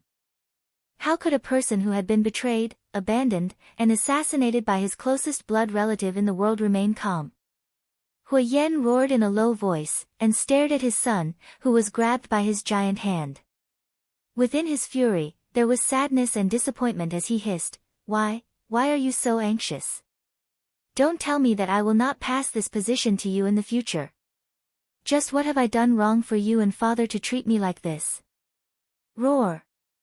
He let out a furious roar, like the long roar of a lion, and his voice shook the surroundings. Then, he threw Hu Yan away with a single hand. The young man from the brute tribe rolled for a long distance in the underbrush of the wilderness, and finally landed heavily on the ground, moaning in pain. Hu Yan once again took a step forward, and walked towards Hu Yan. Black Bull and Tai Xiong looked at each other, and finally seemed to be unable to endure any longer. Black Bull took a step forward, and said in a low voice, Chief, he is your son after all, please spare him, you. Hu Yan suddenly opened his mouth, and interrupted Black Bull's words. His voice was as deep as the cold wind, and he said, Leave me and my son alone. Black Bull and Tai Xiong were silent, and in the end, they did not dare to say anything more. They could only look at the figure that was moaning in pain from afar, and leave this place with a trace of a sigh in their hearts. They walked towards the tribe's camp in the distance, and very quickly disappeared into the darkness of the wilderness. Hu Yan's face was as cold as frost, and he did not turn back to look at the two loyal subordinates who had left. His gaze was always fixed on Hu Yan, the son that he had once placed high hopes on, and the son that he loved deeply. After a while, he took a deep breath, and looked up at the dark sky. The faint light of dawn was slowly rising from the edge of the horizon. Stepping into the last remnants of the darkness, he stepped forward, and walked towards Hu Yan. Light and shadow crisscrossed the earth, and the world of swaying shadows. Dawn was coming. Yi woke up from her sleep, and after letting out a low cry, she suddenly sat up from the ground. Then, she found that her surroundings were still quiet and dark, and her consciousness returned to her mind. She found that she was still in the familiar stone house, and only then did she press her hand on her chest, and gasped for breath. After a long while, she finally calmed down. Did you have a nightmare? Suddenly, a low and calm voice came from a dark corner of the house. It was Lu Chen's voice. Yi glanced in that direction, and after a moment of hesitation, she softly said, Yes. Lu Chen was silent for a moment, and suddenly said, A long time ago, when I was still in the north, someone said that you barbarians in the south were so fierce, and how you killed without blinking an eye. But no one has ever said that you are actually like the human race, that you have so many emotions, and that you also have nightmares? Yi snorted, a little unhappy in her heart, and could not help but retort, Since I was young, I have heard the elders in my tribe say the same thing about you humans. So there is nothing to say about this matter. Lu Chen seemed to pause, and then suddenly laughed. After a moment, he said, What you said makes sense. Yi curled her lips in the darkness. For some reason, Lu Chen seemed to be a little abnormal tonight. He was no longer as cold and taciturn as usual. Perhaps at this moment, only Yi, a barbarian girl, was around. Or perhaps, he was actually a little emotional, a little lonely, and occasionally in the dead of the night, he would also want to find someone to talk to. What do you think Hu Yan will do to his son? Lu Chen asked Yi. Yi was startled for a moment, and for a moment seemed to be shocked by this question. She only reacted after a while. Although she did not quite understand why this mysterious and terrifying black-robed priest would suddenly discuss this topic with her, Yi still tried hard to think, and then shook her head. What can he do? That is his son. Besides, young Master Huaying did not really do anything wrong. At most, he will be taught a lesson. Is that what you think? Lu Chen's voice sounded a little erratic. Yes. Yi suddenly felt a little guilty. She glanced at the shadow sitting in the darkness and said, Is it wrong? Lu Chen was silent for a moment, and then said in a very flat tone, I also don't know. Since I came to the southern wilderness, he is probably the only barbarian that I have not completely seen through. How far will he go? Actually, I am also a little curious, Lu Chen muttered in a low voice in the darkness. However, the last few words were spoken in such a low voice that only he could hear them. Yi tilted her ears, desperately trying to hear more, but to no avail. She suddenly became a little annoyed, but did not dare to get angry at Lu Chen. She could only grit her teeth and bitterly curse in her heart, these people are not good people. Chapter 338.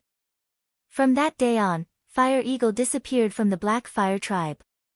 No one had seen him again, and no one knew where he went. It was as if such a person had vanished into thin air, suddenly disappearing from the tribe. After Hui Yan ascended to the throne of the Black Fire tribe's chief, his usual imposing manner became more and more dignified. Even confidants like Iron Bear and Black Bull were somewhat silent in front of him, and no one in the tribe dared to mention Fire Eagle's name in front of him.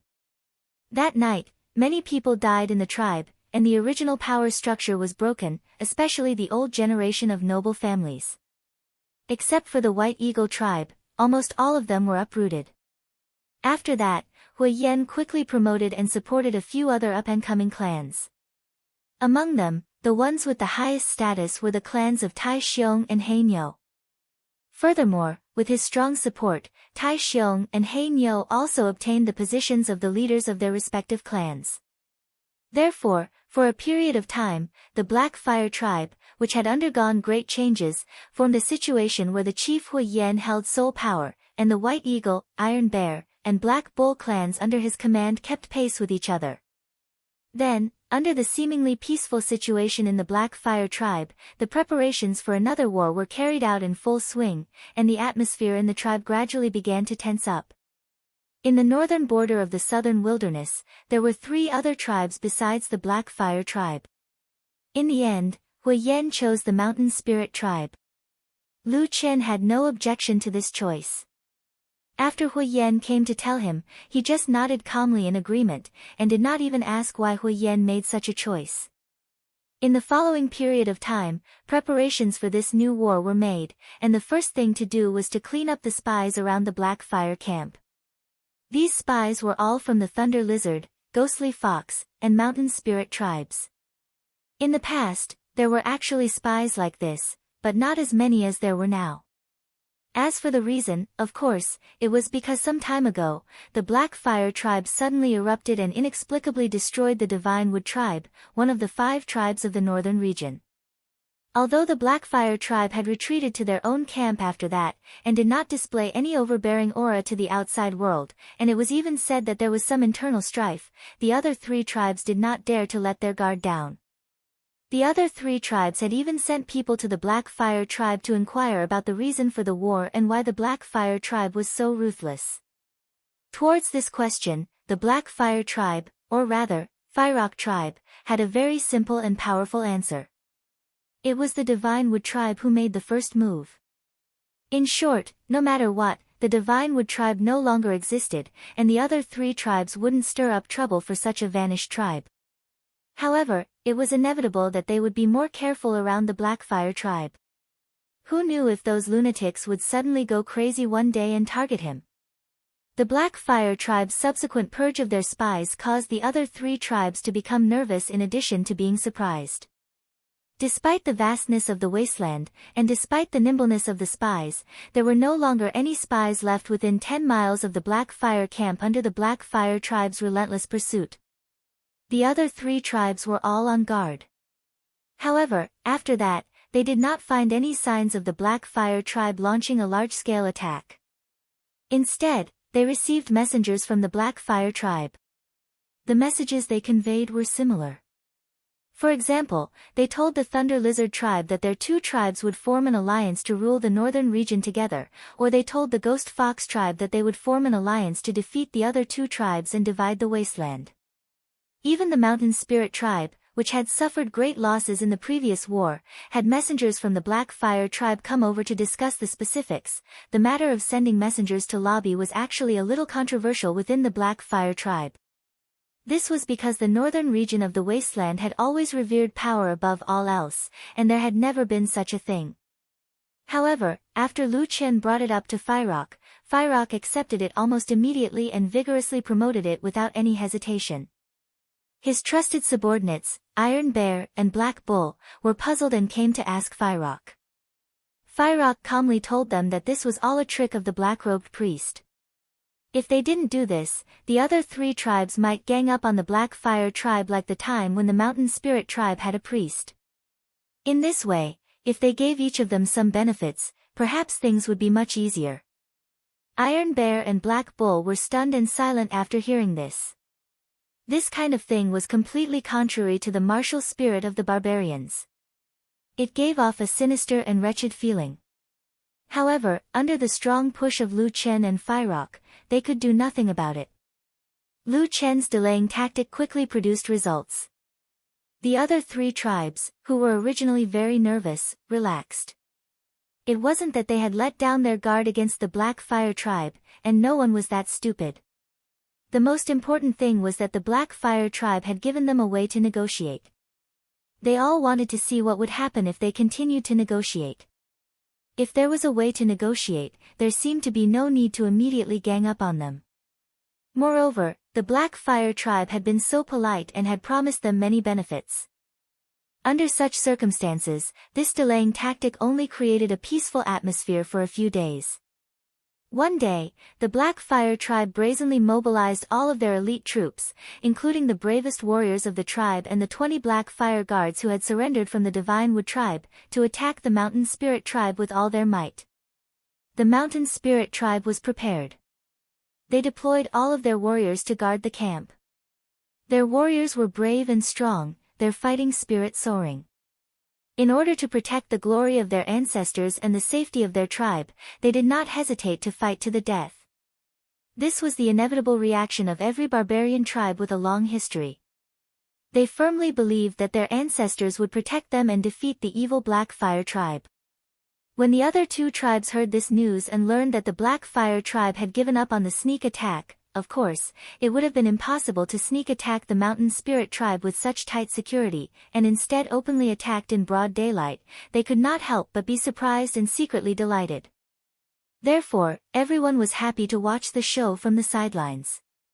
It would be best if both sides fought until the last drop of blood flowed out and both sides suffered. Just like that, the war began. The joy lasted until the barbarians of the Mountain Spirit tribe saw their enemy, and the sky was covered in darkness. Shamans. Heart-wrenching and lung-splitting roars of sudden realization resounded through the entire wilderness.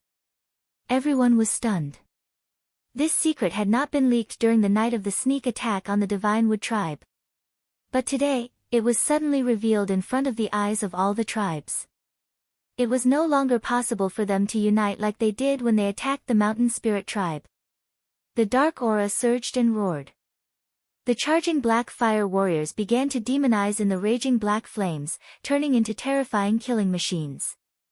The barbarian warriors of the Mountain Spirit tribe fought bravely, but what greeted them was an even more bloody massacre. With the help of powerful witchcraft, the battle quickly became one-sided. It was so fast that the Thunder Lizard tribe and the Ghost Fox tribe, who had just come to their senses, could not even send reinforcements in time. Once again, the Black Fire tribe won the battle. They surrounded and defeated the Mountain Spirit tribe, capturing all the Mountain Spirit tribe members. The same scene played out again. The terrible and cruel Black Fire tribe once again betrayed the customs and agreements of the barbarians of the wilderness that had existed for thousands of years. They rebelled and committed all kinds of evil. They destroyed other people's ancestors and beliefs, robbed everything they needed, and then left behind ruins. When the Thunder Lizard tribe and the Ghost Fox tribe arrived, they only saw a scene of desolation and chaos. There was a lot of blood and corpses on the ground, but no one was alive. They had all been taken away. And now, in the northern region of the wasteland, there were only 3 tribes left. An ice-cold, invisible darkness was rapidly spreading across this vast land. Chapter 339. Once again, the Black Fire tribe won a great victory. They destroyed the Mountain Spirit tribe, looted almost all the houses of the tribe, and captured most of the women and children, as well as many strong men. Then, they brought all of them back to the camp of the Black Fire tribe. In this battle, although the Mountain Spirit tribe had made preparations beforehand, the Black Fire tribe won even more easily than the battle with the Divine Wood tribe. This was because they were much stronger than before. The number of Black Fire tribe warriors who could enter the demonized state had increased to 80. Together with the 20 Black Fire guards of the Divine Wood tribe, the demonized army of 100 people swept away the resistance of the Mountain Spirit tribe in an instant. Because the Thunder Lizard tribe and the Ghostly Fox tribe were still lurking nearby, Wei Yan and Lu Chen did not carry out the so-called surrender in the camp of the Mountain Spirit tribe. They brought all the captives back, but they could not escape the same fate. In the camp of the Black Fire tribe, the same thing happened again. And this time, the series of actions of forcing the captives to give up on their ancestral gods, destroying their beliefs, and threatening their families and lives to force them to surrender were not hidden from the eyes and ears of the people of the Black Fire tribe. On that day, when all the people of the Black Fire tribe were still immersed in the joy of this great victory, they were shocked by the even more shrill screams and the shocking and cruel scene. Apart from keeping the onlookers outside of a certain range, so as not to affect the terrible coercion ceremony inside, no one stopped them from watching, including the Divine Wood tribe members. After the Black Fire guards participated in this great battle and obtained military merits, the Black Fire tribe had already given up on monitoring the original group of Divine Wood tribe captives, and no longer had any overt restrictions on them. It seemed that they were gradually fulfilling the promise of the black-robed priest to make them part of the Black Fire tribe. In fact, most of the people from the Divine Wood clan were calmer than the people from the Black Fire clan. Perhaps it was because they had experienced this once before. Although they had complicated expressions, they were indifferent when they looked at the painful choices between life and death, their lives and dignity, and the young and old of their families. In contrast, many of the Black Fire tribe members were truly frightened. As the barbarians of the wilderness, no one could imagine that they would be forced to give up the belief of the god and their ancestors. They would not give up even if they had to die. This was the belief of almost all barbarians.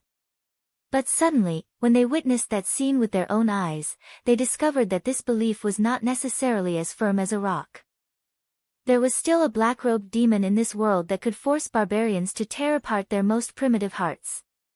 Most of the barbarians were hard-hearted and respected force, but they were not fearless. Since ancient times, they had always revered some things, such as the god, their ancestors, and ancient traditions. When all of this was suddenly broken in front of their eyes, even if it was not theirs for the time being, many of the barbarians could not accept it. Therefore, the commotion came one after another. Many of the people from the Black Fire tribe had ugly expressions on their faces. Some of them even showed expressions of anger. Their breathing became heavier, their eyes widened in anger, and their fangs crossed. But from the beginning to the end, even though the tragic scene had never stopped, even though the emotions of anger had always been brewing, even though the barbarians usually looked so fierce and unyielding, no one stood up.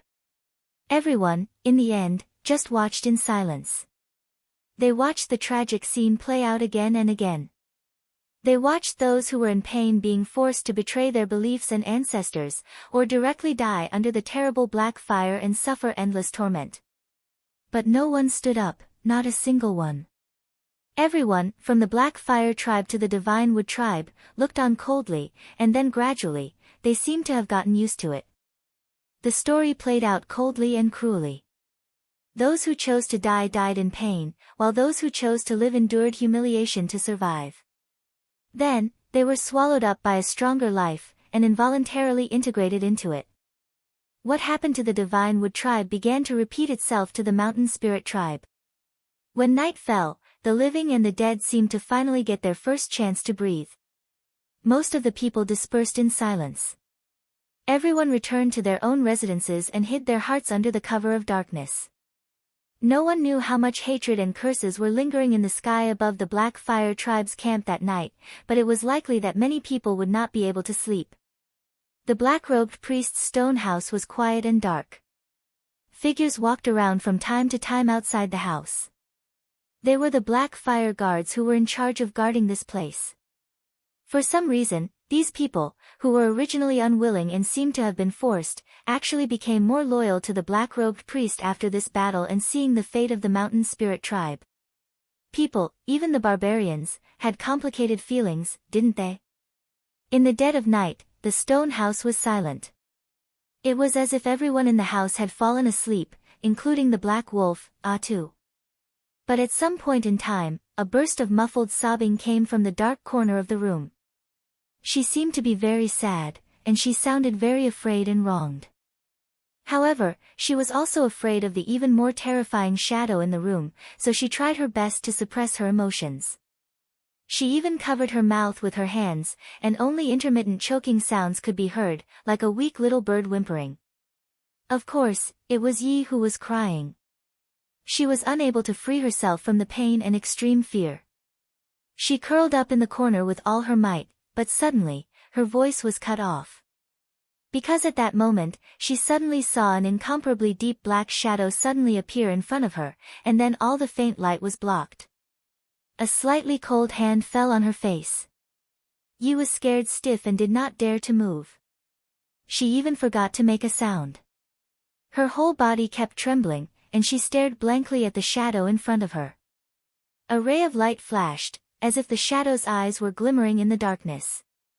Then, Yi heard that person's voice. It sounded very calm and gentle. "What's wrong?" Yi did not answer. She only trembled. Lu Chen waited for a long time. In this quiet night, he seemed to be unusually patient. Or maybe he was just too lonely and had nothing to do. In the end, probably unable to bear the strong pressure of the black-robed priest, Yi finally burst into tears again. As she cried, the barbarian girl felt a sense of extreme shame. As a barbarian, even a woman despised weakness.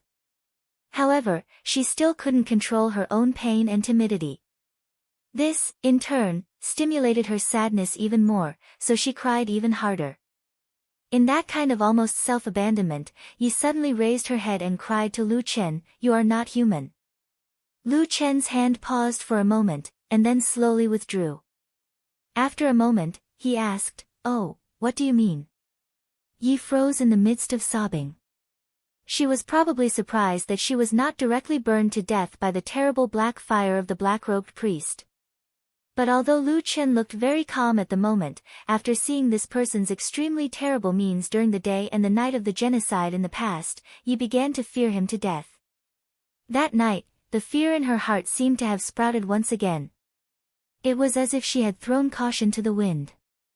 She wiped her tears while trembling and said, Why did you torture us like that? You forced us to betray our ancestors. You destroyed everything we had. You're not human." In the darkness, Lu Chen was silent, and then slowly sat on the ground beside Yi. Some distance behind him, the huge stupid dog was still snoring away, as if there was nothing bothering it. He did not speak. At this time, after venting out her emotions, Yi began to wake up, and suddenly was scared half to death again. She dared not say anything more, could only huddle her legs and curl up together, at most occasionally glancing at the silent and terrible shadow beside her. After a while, Lu Chen suddenly laughed in a low voice, with a bit of sarcasm in his laughter. Yi was still very afraid, but at this time, she could not help but ask, "What are you laughing at?" Sitting in the darkness, Lu Chen said lightly, "There are so many barbarians in this camp, everyone claims how brave and strong they are, but in the end, the first and only one who dares to question me is only you, a seemingly weak maid." Yi was stunned for a moment, feeling that something was wrong, but for a moment, she did not know what to say. She only heard Lu Chen said again, "So, every one of these people looks fierce and brave, ambitious and loud, but when it comes to a real crisis, they are timid, even weaker than a weak woman." He shook his head, his voice full of strong sarcasm, and said, "Such a race that is strong on the outside but weak on the inside, people who are brave in internal strife, but cowardly on the inside, how can they plot again in the northern land?" "I've truly been worried for nothing," the black-robed priest said indifferently. Then, he stood up and walked back.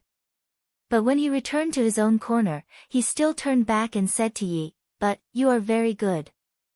Chapter 340. Dawn came. Yezi, who had not dared to close her eyes for the whole night, finally felt relieved when she saw the ray of sunlight. She lowered her head and ran out of the room with the excuse of fetching water. She did not even dare to look at Lu Chen. But she did not know what she was afraid of. Perhaps it was the indifferent and contemptuous words of the black-robed priest in the dark last night? Yezi remembered those words in her heart. She understood some of them, but she was confused about some of them. The black-robed priest's thoughts seemed to be very different from the barbarians that Yezi knew. Yezi did not know why, but she was very afraid. Even if the man named Lu Chen was not vicious to her, and was very friendly to her, at least they got along peacefully. Yezi was not a fool. Although she was not very knowledgeable, she could still feel that Lu Chen did not have much malice towards her. But she still could not suppress the fear in front of the black-robed priest. That day, when she escaped from the priest's stone house and gasped for breath, Leaf suddenly seemed to realize something when she saw the rapidly growing population of the tribe gradually waking up in the morning light and gradually becoming lively. Everything in front of her may be full of vitality, but behind the lively light, the shadow of the black-robed priest was always a dark existence. It seemed that he was always incompatible with the wilderness and the barbarians on the wilderness. And he never had the intention to blend in. If he had already slaughtered the barbarians, slaughtered the tribe, and swallowed and enslaved many barbarians at this time, then one day, when the power of darkness was strong enough that no one could control or resist it, what would this terrible black-robed priest do? Leaf stood blankly in the morning light, trembling all over. When Yezi finally calmed down and wandered outside for a long time, she slowly fetched a bucket of water and went back to the priest's stone house, only to find that it was empty. There was no one in the house. Subconsciously, she put down the bucket in her hand and heaved a sigh of relief.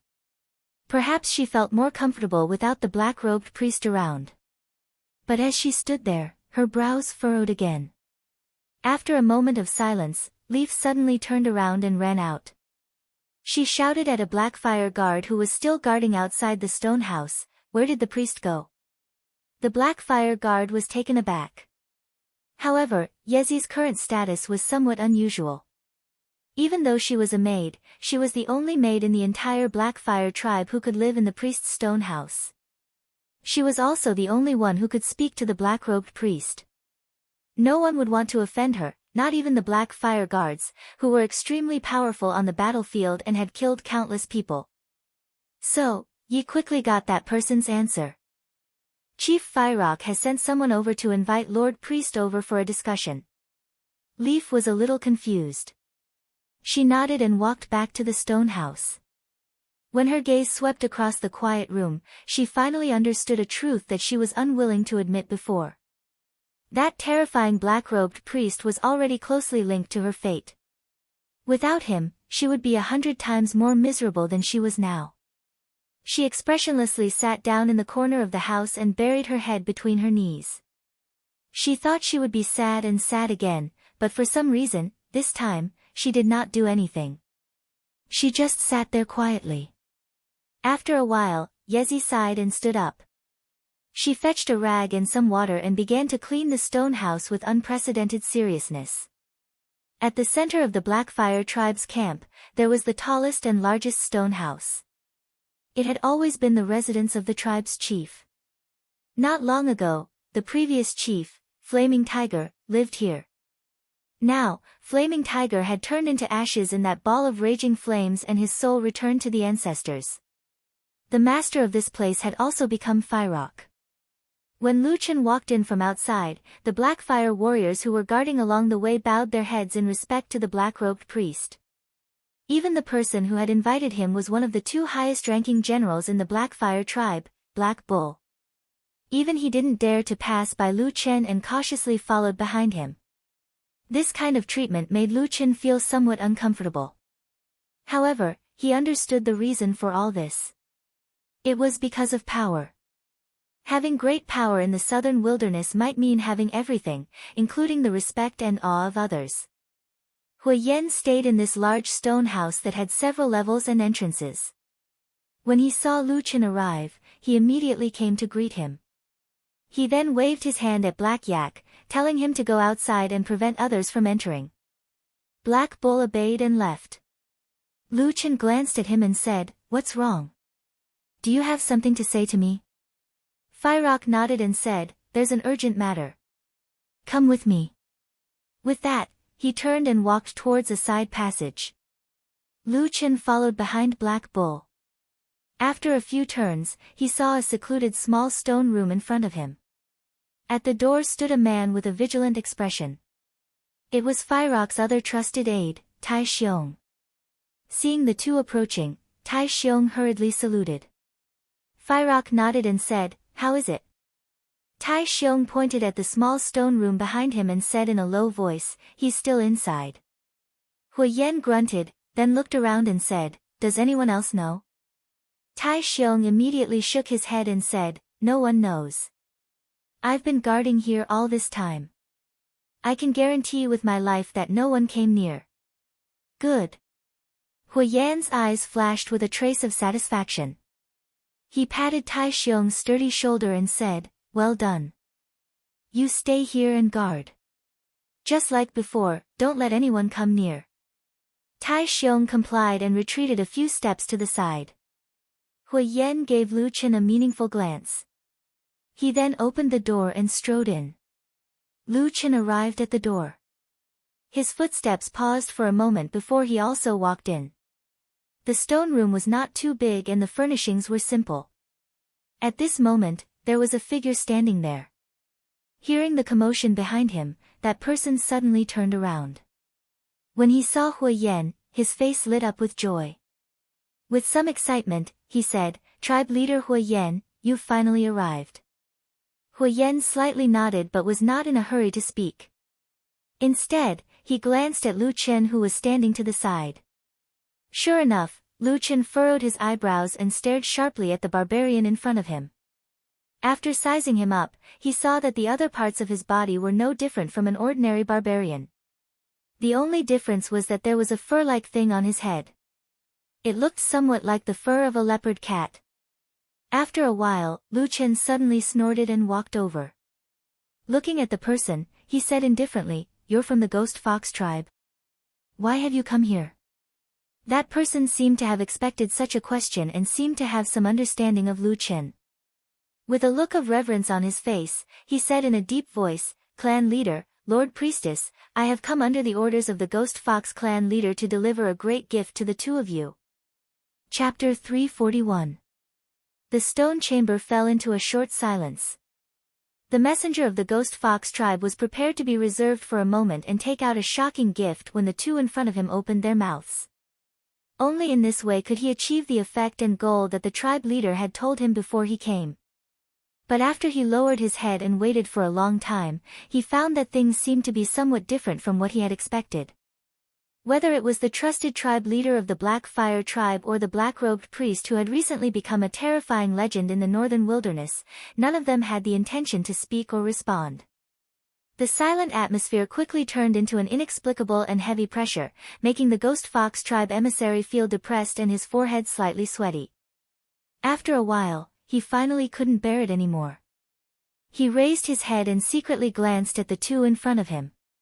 He saw that the two in front of him seemed to be frowning slightly, but they didn't seem to have the intention to speak. The Ghost Fox emissary really couldn't bear it anymore.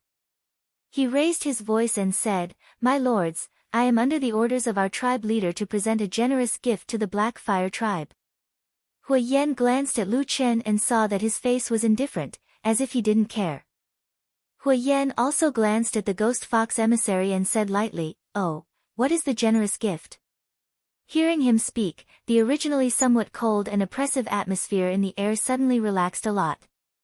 The Ghost Fox emissary finally let out a sigh of relief and hurriedly said with a smile, "This generous gift is the friendship of our tribe leader and the entire Ghost Fox tribe. The tribe leader asked me to tell you that from now on, the Ghost Fox tribe is willing to follow the Black Fire tribe and become an ally that will never betray you. In any war or fight, the warriors of the Ghost Fox tribe will stand beside the warriors of the Black Fire tribe. No matter how dangerous the situation is, we will face it together with the Black Fire tribe and kill the enemy together. We will never retreat. Hui Yen raised his eyebrows and a trace of astonishment flashed across his face. Although the Ghost Fox emissary spoke in a dignified manner, the meaning of the Ghost Fox tribe's decision to bow down to the Black Fire tribe could not be more obvious. At most, they probably wanted to preserve their tribe's faith and didn't want to end up like the Divine Wood tribe and the Mountain Spirit tribe. As for the rest, it seemed like the Ghost Fox tribe was completely willing to follow the orders of the Black Fire tribe. At this moment, perhaps the ghostly fox envoy felt that he had not made himself clear enough, so he took another step forward and said, "As long as our two tribes form an alliance, the Thunder Lizard tribe will be the only tribe left in the northern region of the wasteland. When the time comes, we'll attack them together. No matter how capable they are, only death awaits them." This was probably the first tribe in the northern part of the wilderness to surrender so straightforwardly in more than 100 years. Hui Yen was about to speak, but at this moment, he suddenly saw Lu Chen also turn his head to look in his direction, and then shook his head slightly. Hui Yen froze, swallowing the words he was about to say. A moment later, he saw Lu Chen walking in front of the Ghost Fox emissary. "Were you sent by the Ghost Fox clan leader?" Facing this mysterious black-robed priest, the Ghost Fox emissary did not dare to slight him. Even from his appearance, he seemed to respect this priest more than he did the Black Fire tribe leader Hui Yen. He lowered his head and said respectfully, "Yes. This is an important matter that concerns the future of your entire tribe. Have you confirmed it?" The Ghost Fox emissary said resolutely, "What I said just now is absolutely true." Lu Chen snorted and said, "Since it's such an important matter, why didn't your clan leader come himself?" The Ghost Fox emissary was shocked, then looked at Hui Yen and laughed dryly. He stammered, "Clan leader, this, there were some words that the Ghost Fox emissary did not say out loud, but in fact, everyone in the house understood what he meant. Now that the Black Fire tribe was so powerful, even with a somewhat crazy aura, they had slaughtered the Divine Wood tribe and the Mountain Spirit tribe like a gale sweeping away fallen leaves. If the Ghost Fox tribe leader really dared to come to the Black Fire tribe for a discussion, then no one could guarantee that the Black Fire tribe would not take the opportunity to attack him. But understanding was one thing, but even so, it was obvious that this black-robed priest did not intend to reason with the Ghost Fox emissary. "This won't do," the black-robed priest said to the Ghost Fox emissary very simply. The Ghost Fox emissary was stunned and said, "Sir, what do you mean by this? If you want to give a gift to our clan leader, sure, but your clan leader must come himself." Lu Chen said lightly, "This is a matter that will decide the fate of your entire tribe. Sending a messenger that we don't even know to say a few words is not acceptable. We don't accept it." The Ghost Fox emissary was furious and said, "What if our clan leader comes and there's danger?" Lu Chen ignored his question and said to himself, "If he doesn't come, then we will directly send troops to attack the Ghost Fox tribe." The Ghost Fox emissary was so angry that his face turned green. He said angrily, "Sir, if you continue to be so unreasonable, then our Ghost Fox tribe will be forced to form an alliance with the Thunder Lizard tribe. That won't do you any good, right?" Hui Yen smiled and walked to Lu Chen's side. After glancing at him, he faintly said, "The words of our High Priestess are my thoughts. Also, I can answer you.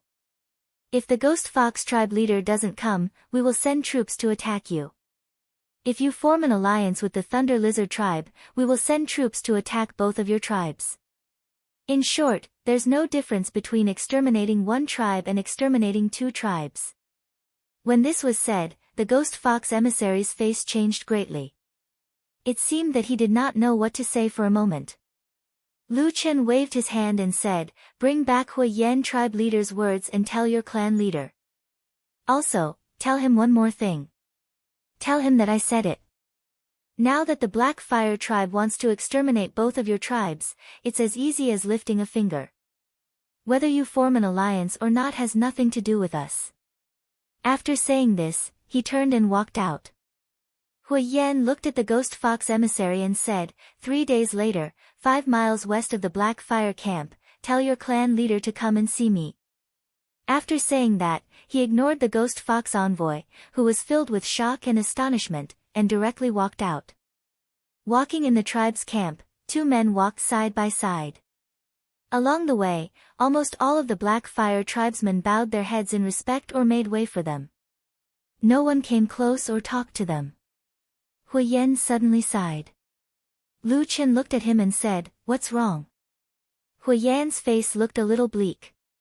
He said, "In the past, when I walked in the camp like this, the tribesmen, big or small, were very close to me. Many people would greet me and joke with me. Some children would even run over to play with me. But now, they don't."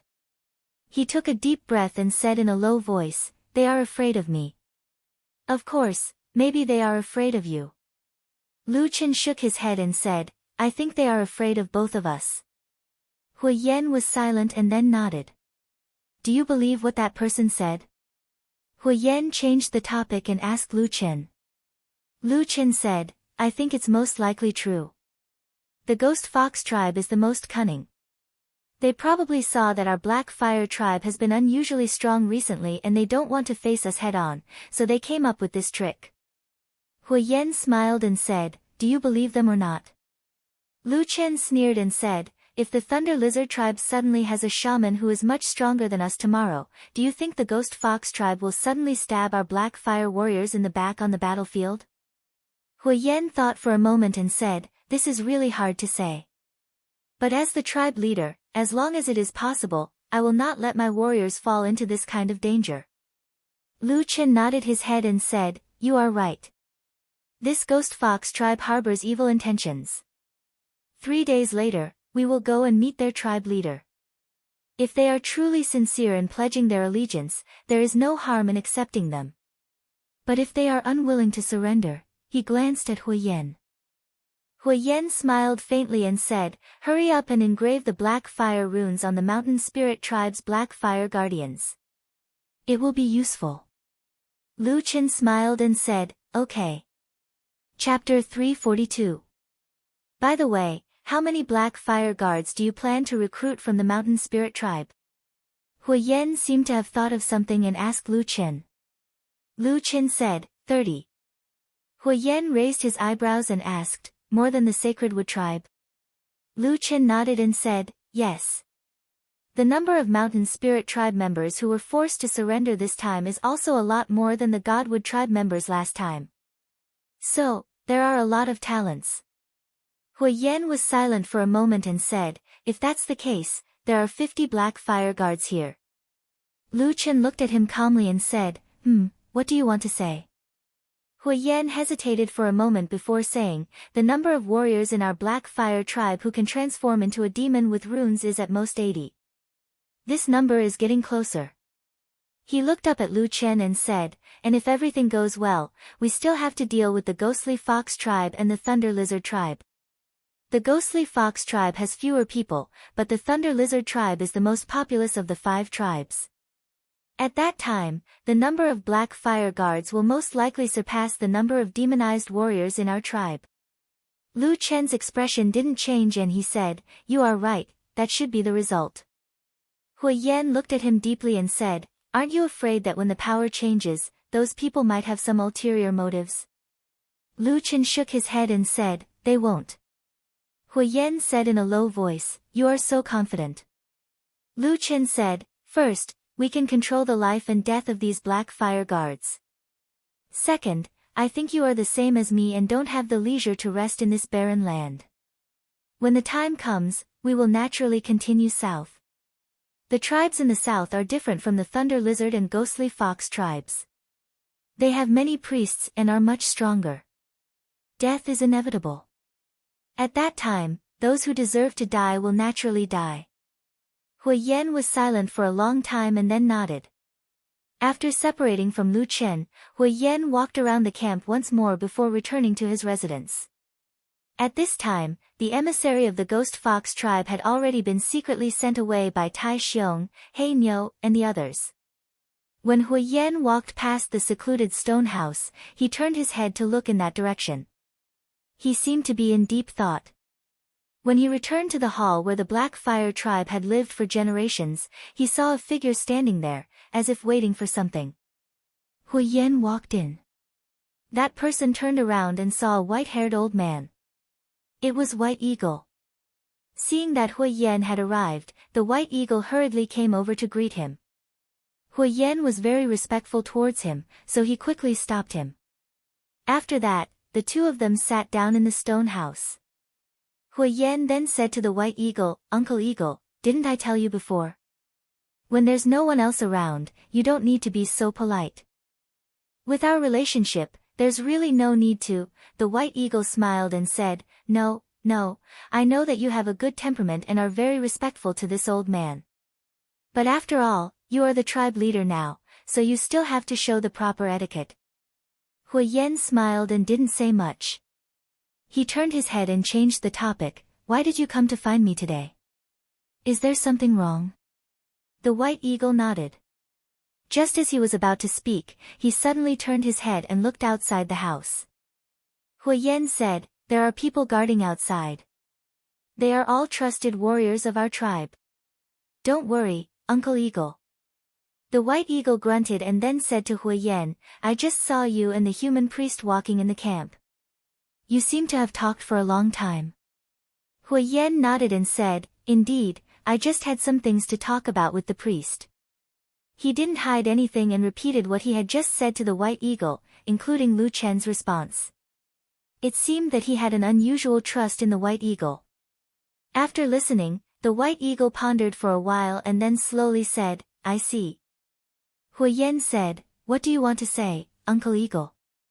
The White Eagle said, "I actually came here to remind you of this matter. But since you have already thought of it, I am much more at ease." As he said this, he smiled and looked somewhat gratified. But then he frowned and said, "But although Lu Chen has responded to this matter, if we think about it in the future, if the number of Black Fire Guards continues to grow like this and surpasses the number of warriors of the Black Fire Guards, there will be some problems in the future." Hui Yan was silent. The White Eagle looked at him and said in a low voice, "At the end of the day, Lu Chen is still a human. Although he is temporarily used by us because he wants to return north, it is very difficult to say whether he will be completely on the same side as you in the future. We have to be careful." Hui Yan frowned and said, "Uncle Eagle, do you have any ideas?" The White Eagle said in a low voice, "At present, the strength of our Black Fire tribe has increased by leaps and bounds. It is indeed because of the power of the Black Fire demonification. In addition, Lu Chen has also said these things to you. For the time being, we can't say anything more about the number of people. But..." He narrowed his eyes slightly and moved closer to Hui Yan, lowering his voice and whispering a few words. After hearing this, Hui Yan's expression suddenly changed. His face first revealed a look of surprise, and then he said thoughtfully, "Our tribe's priest?" White Condor nodded and said solemnly, "That's right, Chief. Only by having our own priests and shamans can the Black Fire tribe be the true foundation for the prosperity of the Black Fire tribe for generations to come." Hui Yan fell silent and did not speak for a long time. When Lu Chen walked back to his own priest's stone house, Yezi and Atsu were both inside. The difference was that Yezi was diligently cleaning the house, while Atsu was lying on the ground and sleeping, looking like a downright lazy dog. Lu Chen glanced at Atsu and slightly frowned. He suddenly felt that since coming to the southern wilderness, Atsu seemed to have unknowingly changed. But as to what was different from before, he did not seem to be able to tell. Lu Chen walked over and sat down not far from Atsu. Atsu's ears moved, but its dog eyes did not even lift its eyelids. Lu Chen did not care about it and just sat quietly. Before long, the dim light and shadow in the house slowly moved, faintly covering his figure in the shadow. Yi glanced at him with a complicated look in her eyes. There was a tinge of awe in them. After so long, even though Lu Chen had praised her that night, Yi still had a lingering fear of this black-robed priest.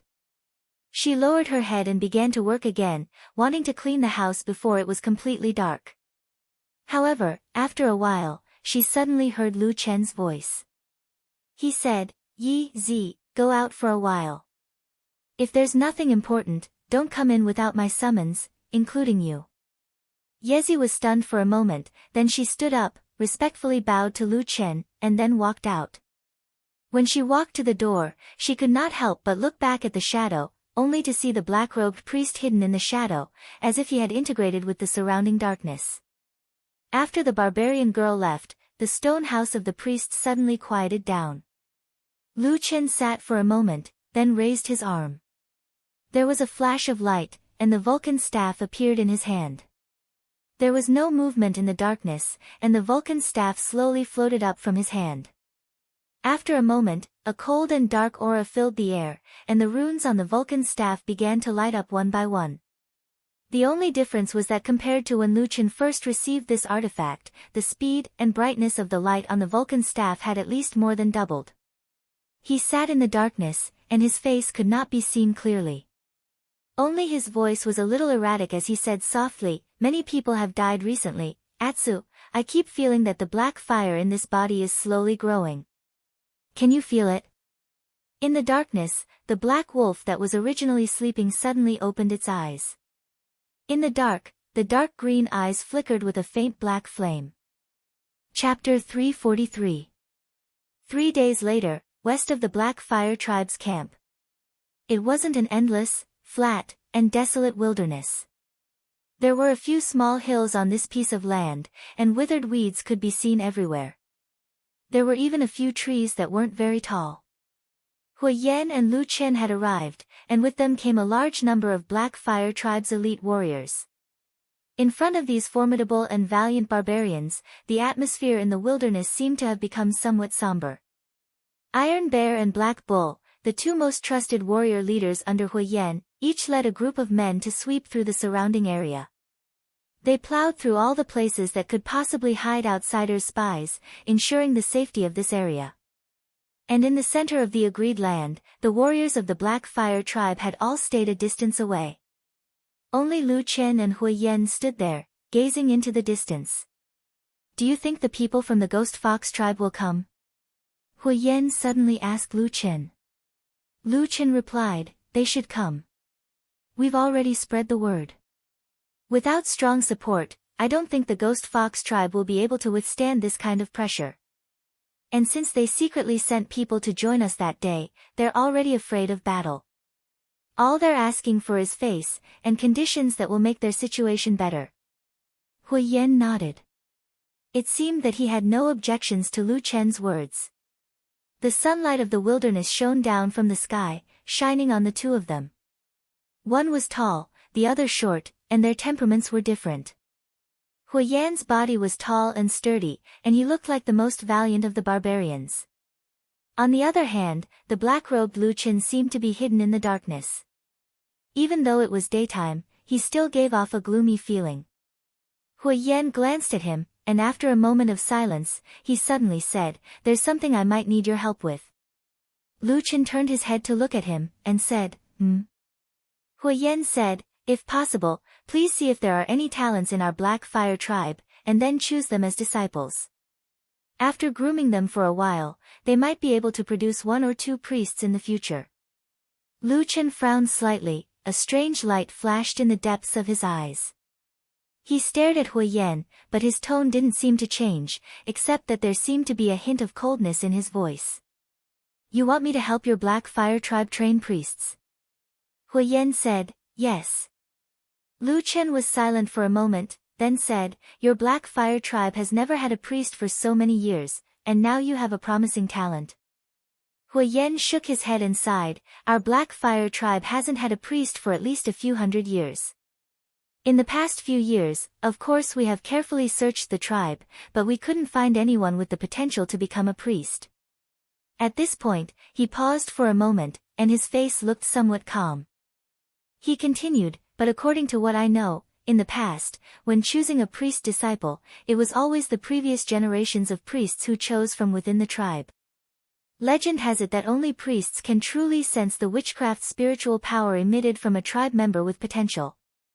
As for us mortals, no matter how hard we try, it is very difficult to sense. So, I can only ask for your help in this matter. Hui Yan looked at Lu Chen, a trace of sincerity on his face. Lu Chen's expression didn't seem to change, but after a moment, he faintly smiled, and a trace of ridicule flashed in the depths of his eyes. He said, "You can trust me on such an important matter?" Hui Yan didn't say anything. Beside the two of them, the atmosphere seemed to have suddenly turned cold. Just as the atmosphere became slightly tense, a figure suddenly appeared in the distance. After a moment, someone came over to report that the people from the Ghost Fox tribe had arrived. This news temporarily broke the cold atmosphere between Lu Chen and Hui Yan.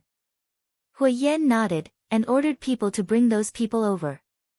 The group of people that came were the elite warriors of the Ghost Fox tribe.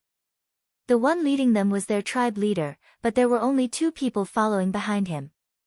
Bringing so few guards into the territory of the Black Fire tribe, it was obvious that the Ghost Fox tribe leader understood that even if he brought a lot of people, it wouldn't be of much use. But when the Ghost Fox tribe leader saw the people of the Black Fire tribe, his pupils couldn't help but shrink, and the muscles on his face slightly twisted. This was because there were at least 70 to 80 barbarian warriors of the Black Fire tribe following Hui Yan and Lu Chen. From the looks of it, they were all people who had Black Fire runes inscribed on them. In other words, as long as the Black Fire tribe wanted to, all the warriors present could immediately enter a demonic state. Just the strength of the Black Fire tribe gathered here was more than enough to destroy the Ghost Fox tribe. They could even start a war with the remaining Thunder Lizard tribe and Ghost Fox tribe. It was hard to say who would win. The Ghost Fox tribe leader fiercely cursed in his heart, hating the unfairness of the gods. How did the Black Fire tribe suddenly become so powerful? But the situation was beyond his control. No matter what, he didn't dare to openly say these words. Instead, he laughed along the way, and walked in front of Hui Yan and Lu Chen with quick steps. "Long time no see, brother Hui Yan." The Ghost Fox tribe leader opened his arms, as if he wanted a firm hug. Hui Yan stretched out a hand to block the Ghost Fox tribe leader's outstretched arm. His expression was indifferent and somewhat distant. It was obvious that he didn't like the words, brother, at all. However, the Ghost Fox tribe leader didn't show any awkwardness. He laughed, turned around, and nodded to Lu Chen with a smile. "Lord Priest, since we last met, you've really made people look at you in a new light." The other tribes had also seen Lu Chen's origins on the day of the 5 tribes battle. At that time, there were many who wanted to kill him. But no one would have thought that in such a short period of time, this human could actually increase the strength of the Black Fire tribe by so much. If he had known earlier, he would have killed this scourge that day no matter what. The Ghost Fox tribe leader thought bitterly in his heart, but he still smiled at Lu Chen wholeheartedly. Lu Chen had a whole new level of respect for the Ghost Fox tribe leader. After he came to the southern wilderness, he had seen many barbarians. Most of them were straightforward, violent, brave, and lacking in calmness. Among them, Hui Yan, who was somewhat scheming, was an exception. However, even Hui Yan couldn't do what this Ghost Fox clan leader did. In comparison, this Ghost Fox clan leader seemed more like a two-faced and scheming human. This made Lu Chen, who had been immersed in this treacherous and dangerous atmosphere since he was young, feel a sense of familiarity and closeness from this Ghost Fox clan leader. "Tribe leader, how have you been?" Lu Chen said to the Ghost Fox tribe leader with a smile. This smile diluted the cold and dark aura on his body. The Ghost Fox tribe leader smiled and said, "We brothers are just meeting each other. Why make such a big scene and bring so many people? There's no need." Hui Yan still kept a straight face and didn't speak. But Lu Chen said to the Ghost Fox tribe leader, "Actually, we just wanted to show you our strength, to prove that we didn't lie." As he said this, he pointed to the Black Fire tribe's warriors who were eyeing them like tigers and wolves, and said calmly, "We said that we will destroy your Ghost Fox tribe, so we will definitely destroy it." The Ghost Fox tribe leader's face stiffened, and his face sank. He sneered and said, "Although you are powerful now, if you go too far, we will join forces with the Thunder Lizard tribe." Even if you can defeat us, your strength will be greatly damaged. Lu Chen shook his head and said, no, we can easily kill you all. You. The Ghost Fox tribe leader was speechless for a moment, and his face was livid. Lu Chen walked to his side and said, since the tribe leader is here today, you naturally know what to do. As for the Black Fire tribe, we can't really force you too much. So, as long as you do us a favor, your future treatment. Yes, I mean, at least you and your family will definitely not have to worry. The Ghost Fox tribe leader was furious and shouted, who do you think I am? Then he paused and said, if you have something to say it quickly. Lu Chen smiled and lowered his voice to whisper in his ear. The anger on the Ghost Fox tribe leader's face quickly dissipated, and he gradually revealed a surprised expression. At the same time, his expression gradually became serious. In the end, Lu Chen took 2 steps back and said, that's it. The Ghost Fox tribe leader was silent for a long time, and said in a low voice, this is not easy. Lu Chen turned his head and looked at Hui Yan. Hui Yan took a step forward, and his burly body suddenly walked in front of the Ghost Fox tribe leader. Hui Yan stared into his eyes and said, die, or fight. You decide. The Ghost Fox tribe leader let out a long sigh, and then slowly nodded. Chapter 344. In the end, the Ghost Fox tribe leader quietly left. The people of the Black Fire tribe began to return to the camp.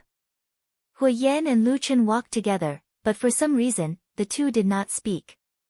The feeling of seamless cooperation in front of the Ghost Fox tribe leader and the others suddenly became unfamiliar. This atmosphere was quickly noticed by the surrounding people.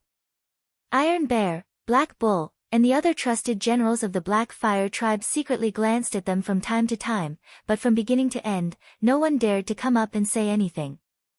Only when they saw the shadow of the camp and could even see the outline of the stone houses did Hui Yan suddenly say, do you have any misgivings or thoughts in your heart? Lu Chen lightly said, no. Hui Yan snorted and said, since that's the case, it's not difficult to help us cultivate 1 or 2 talents. Can't you help me with this? Lu Chen's expression was calm. It was as if he did not feel the trace of anger that was faintly suppressed in Hui Yan's words. Or perhaps, he had simply turned a blind eye to it. He said, why, do you think that I owe you something? When Lu Chen said this, he did not deliberately lower his voice, and even had a hint of a sneer. As soon as these words came out, the people closest to them, such as Iron Bear and Black Bull, also heard it. For a moment, their faces all changed. Hui Yan's face turned ashen. He suddenly stopped, and his huge eyes revealed a hint of fierceness. He stared at Lu Chen and said in a low voice, what do you mean by this? Lu Chen did not show any fear. He also stopped and met Hui Yan's gaze. He said, oh, you don't understand what I mean. When the two of them suddenly stopped, the surrounding troops immediately fell into a small commotion. First, the guards at the side stopped, and then the warriors further away also reacted and stopped. However, Tai Xiong and He Nio's expressions turned grave when they heard these words. They immediately commanded their subordinates to surround the 2 leaders who were at loggerheads with swords drawn. Then, everyone retreated at least 100 meters away. No matter what, if a tribe leader and a priest were to quarrel in public, it would really be somewhat shocking. Hui Yan also felt that something was wrong. Just as he was about to turn around and give orders, he saw that Iron Bear, Black Bull, and the others had already taken the initiative to withdraw their subordinates far away. Only then did he heave a sigh of relief. With a hint of admiration in his eyes, he nodded at the 2. Then, his expression turned serious again. He turned his head and stared at Lu Chen for a long time, then slowly said, so, you still bear a grudge in your heart. Lu Chen's expression was indifferent. He waved his hand and said, I don't hold a grudge, but you have to remember that from the beginning, I never wanted to be a priest. It was you who used the secret of returning to the north to force me to do it. I had no choice. At this point, he laughed coldly and said, I will naturally strive to do what I promised you. But if you still want me to be completely loyal to you or the Black Fire tribe, and to do my utmost, that is also the ravings of a lunatic. Hui Yan's face first flashed with anger. His fangs bared, like a monster that was so angry that it wanted to eat a human. But then, he slowly suppressed it. After a while, the anger on his face gradually disappeared, and was replaced by a wave of bitterness and helplessness. He smiled bitterly and walked in front of Lu Chen, standing shoulder to shoulder with him. Looking at the towering buildings of the Black Fire camp in the distance, he suddenly sighed and said, "I don't know if you believe me or not, but from the beginning to the end, I really have no ill intentions towards you. Everything that I have done is not for myself, but more for the sake of the tribe's prosperity." Lu Chen did not speak.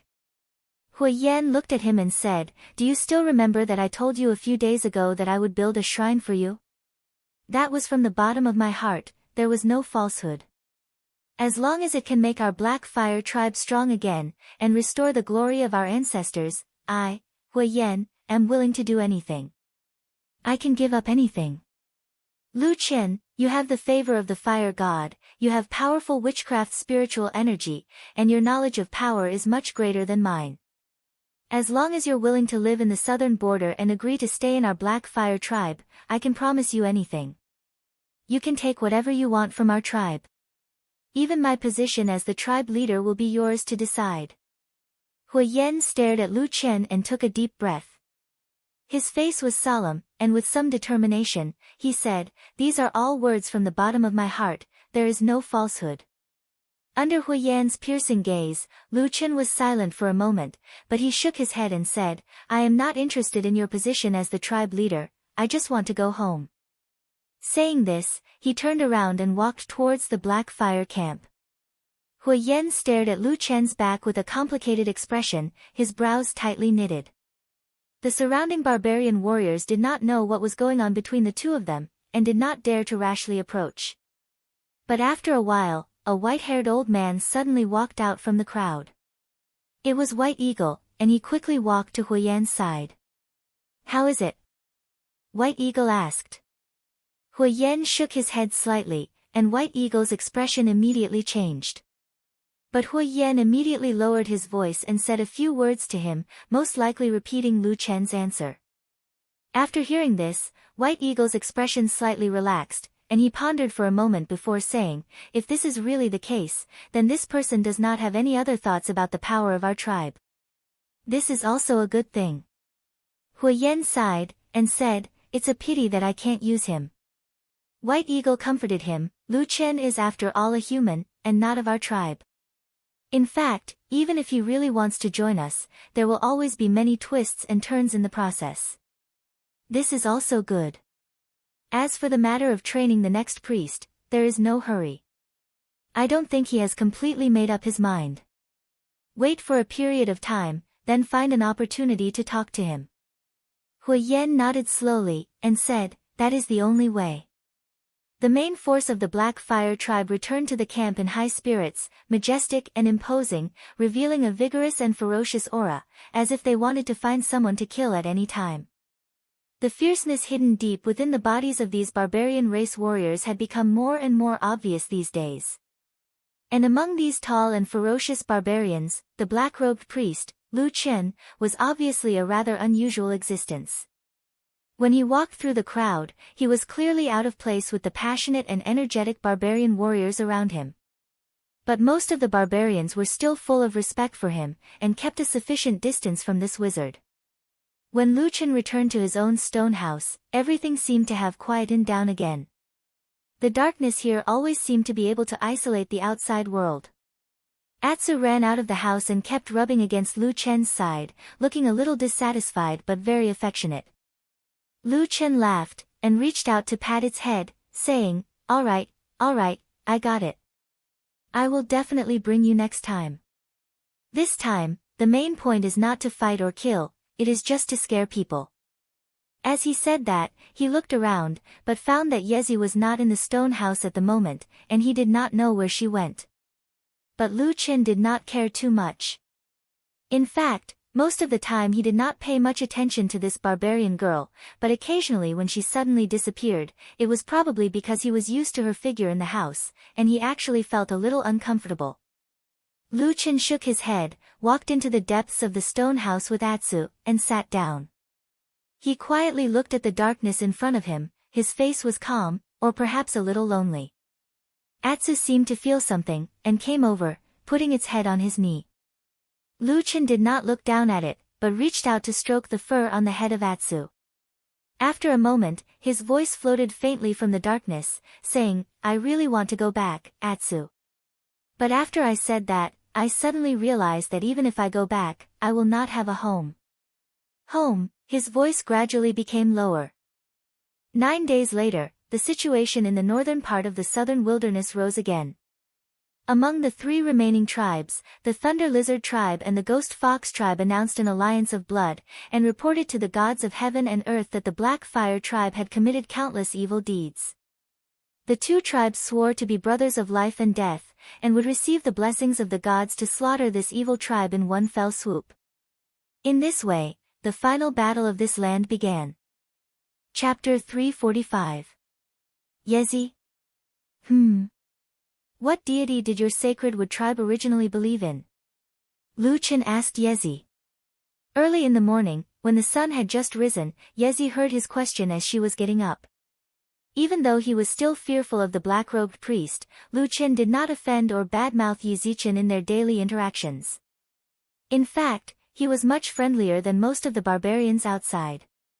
That was why Yi Zichen was much more at ease in the dim priest's stone house and in front of the black-robed priest.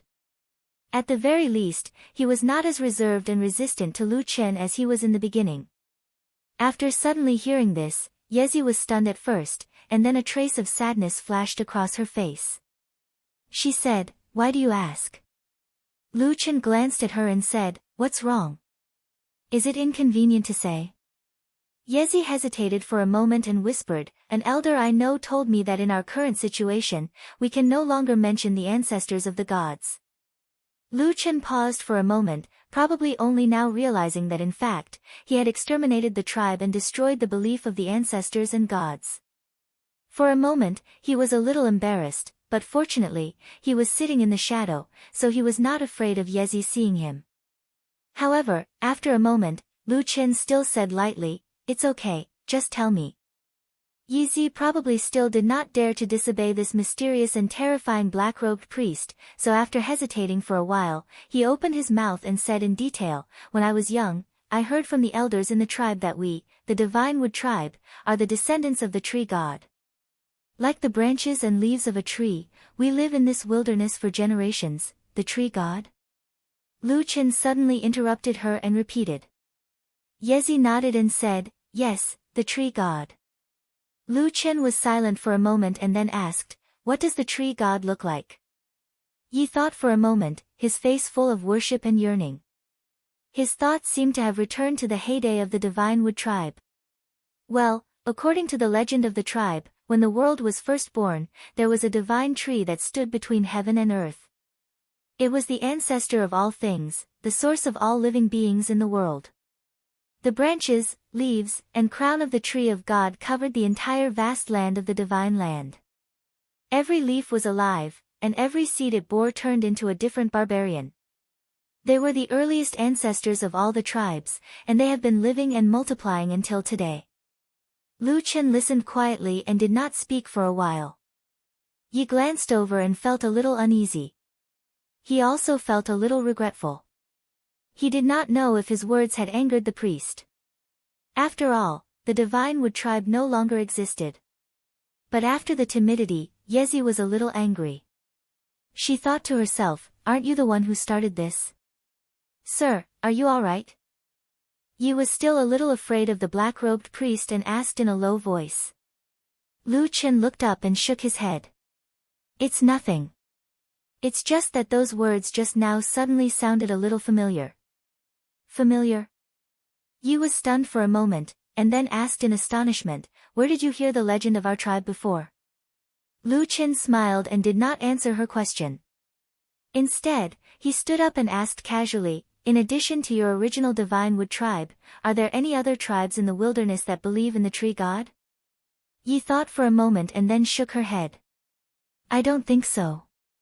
Lu Chen nodded and said, the Black Fire tribe believes in the god of fire, the Mountain Spirit tribe believes in the god of earth, and the Thunder Lizard tribe and the Ghost Fox tribe believe that they are the descendants of the divine beast. Each tribe believes in a different god, but most of the tribes say that the god they believe in created all things and all living beings in the world. He slowly walked up to Yi, looked down at her, and asked calmly, why do you think this is so? Yi had probably never been asked this question before. For a moment, she was a little tongue-tied. After a while, she said, I don't know. Lu Chen said, then which one do you believe in? Yi said without hesitation, of course I believe in the tree god of my tribe. As soon as she finished speaking, she suddenly remembered the current situation. The Divine Wood tribe had been destroyed, and the god that she once believed in had long been abandoned. For a moment, Yi was at a loss. Lu Chen stared at her and slowly squatted down in front of her. Yi was a little scared by the black-robed priest's gaze. She subconsciously shrank back and murmured, what are you doing? It seems that you still remember the original tribe in your heart. He confirmed as if nothing had happened. Ye's heart suddenly sank, and her whole face turned pale. She lowered her head, trying to suppress the fear in her heart and beg for mercy from this terrible black-robed priest. At the same time, she even thought of the day when the Divine Wood tribe was destroyed and the painful scene of the people who died tragically in the black fire appeared in her mind. She suddenly realized that this person was still the most terrible demon. It turned out that these days, his kindness only made her let down her guard a little. Deep in her heart, she was still so afraid. The barbarian girl's body trembled as she stared at Lu Chen's palm. She felt that the terrible black fire would rise from it in the next moment and then engulf her. Perhaps before that, the almost boundless fear was about to engulf her. Lu Chen left the priest's stone house. Of course, he did not do anything to Yi before this. The barbarian girl looked obviously frightened, and Lu Chen could roughly understand the reason. Lu Chen felt a little helpless about the terrible image he left on the barbarians. However, this kind of thing could not be changed, and he had no intention of changing anything. However, before he left, he made it very clear to Yi that he did not care about this kind of thing. After listening to this, the barbarian girl seemed to be somewhat in disbelief, but she finally recovered from the state of being scared to death. Otherwise, Lu Chen really suspected that she would have been scared to death. But speaking of this, Lu Chen suddenly felt a little strange in his heart. He thought, aren't the barbarians known for their bravery and fierceness? Even if she is not a man, the barbarian girl should not be so fragile, nor should she have such a sensitive temperament. Or is it because I have too little contact with barbarian girls, and don't understand them at all? Thinking about it, ever since he came to the southern wilderness, it seemed that only one barbarian girl, Yi, had close contact with him. Lu Chen shook his head, and threw these thoughts out of his head. At the same time, he sneered in his heart. Hui Yan's so-called great cause of 1,000 years seemed more and more unrealistic. There were countless tribes in the southern wilderness. If each tribe had their own beliefs, then it would be impossible to truly unify all the tribes. Force could exterminate a tribe and force them to give up their ancestors and beliefs on the surface, but who could control the activities in the depths of their hearts? Moreover, even if they were strong for a moment and subdued everyone, but after a long time, there would definitely be changes. But at that time, he would not be able to control it. In the center of the Black Fire tribe's camp, a large group of people stayed there, waiting calmly. When the cold wind blew, the entire tribe was solemn and silent, emitting a strong murderous aura. Today was the day of the expedition. The war for the final ruling power of the northern wilderness was about to begin. According to the tribe chief Hui Yan's request, in order to restore the glory of the tribe's ancestors and seek their blessings, the Black Fire tribe held a sacrificial ceremony that had been interrupted for hundreds of years. And the person presiding over this sacred ceremony was, of course, the tribal priest Lu Chen, who had suddenly appeared. Looking at the black-robed priest approaching from afar, the people of the Black Fire tribe had a complicated look in their eyes. Perhaps this was an absurd scene that had never been seen for thousands of years. A human was about to preside over the most sacred and important sacrificial ceremony of the barbarian tribe. There was nothing more strange in the world than this. Perhaps this was the reason why the gods in heaven were so high and unfathomable. A stone platform was set up in the center of the camp. Lu Chen walked up the steps. Under the gaze of everyone, he worshipped the heavens and the earth and prayed to the gods. Then, he suddenly raised his hands, and as his black robe fluttered, a dark flame suddenly rose. Immediately, all the Black Fire tribe people put aside their complicated thoughts. No doubt could resist the power of the dark flame. Under the illumination of the black flame, all the barbarians knelt down. Lu Chen waved the black flame expressionlessly and looked up at the sky. He did not have much reverence for the so-called gods. However, at this moment, he suddenly felt a sense of danger. His eyes focused and he looked at the black flame.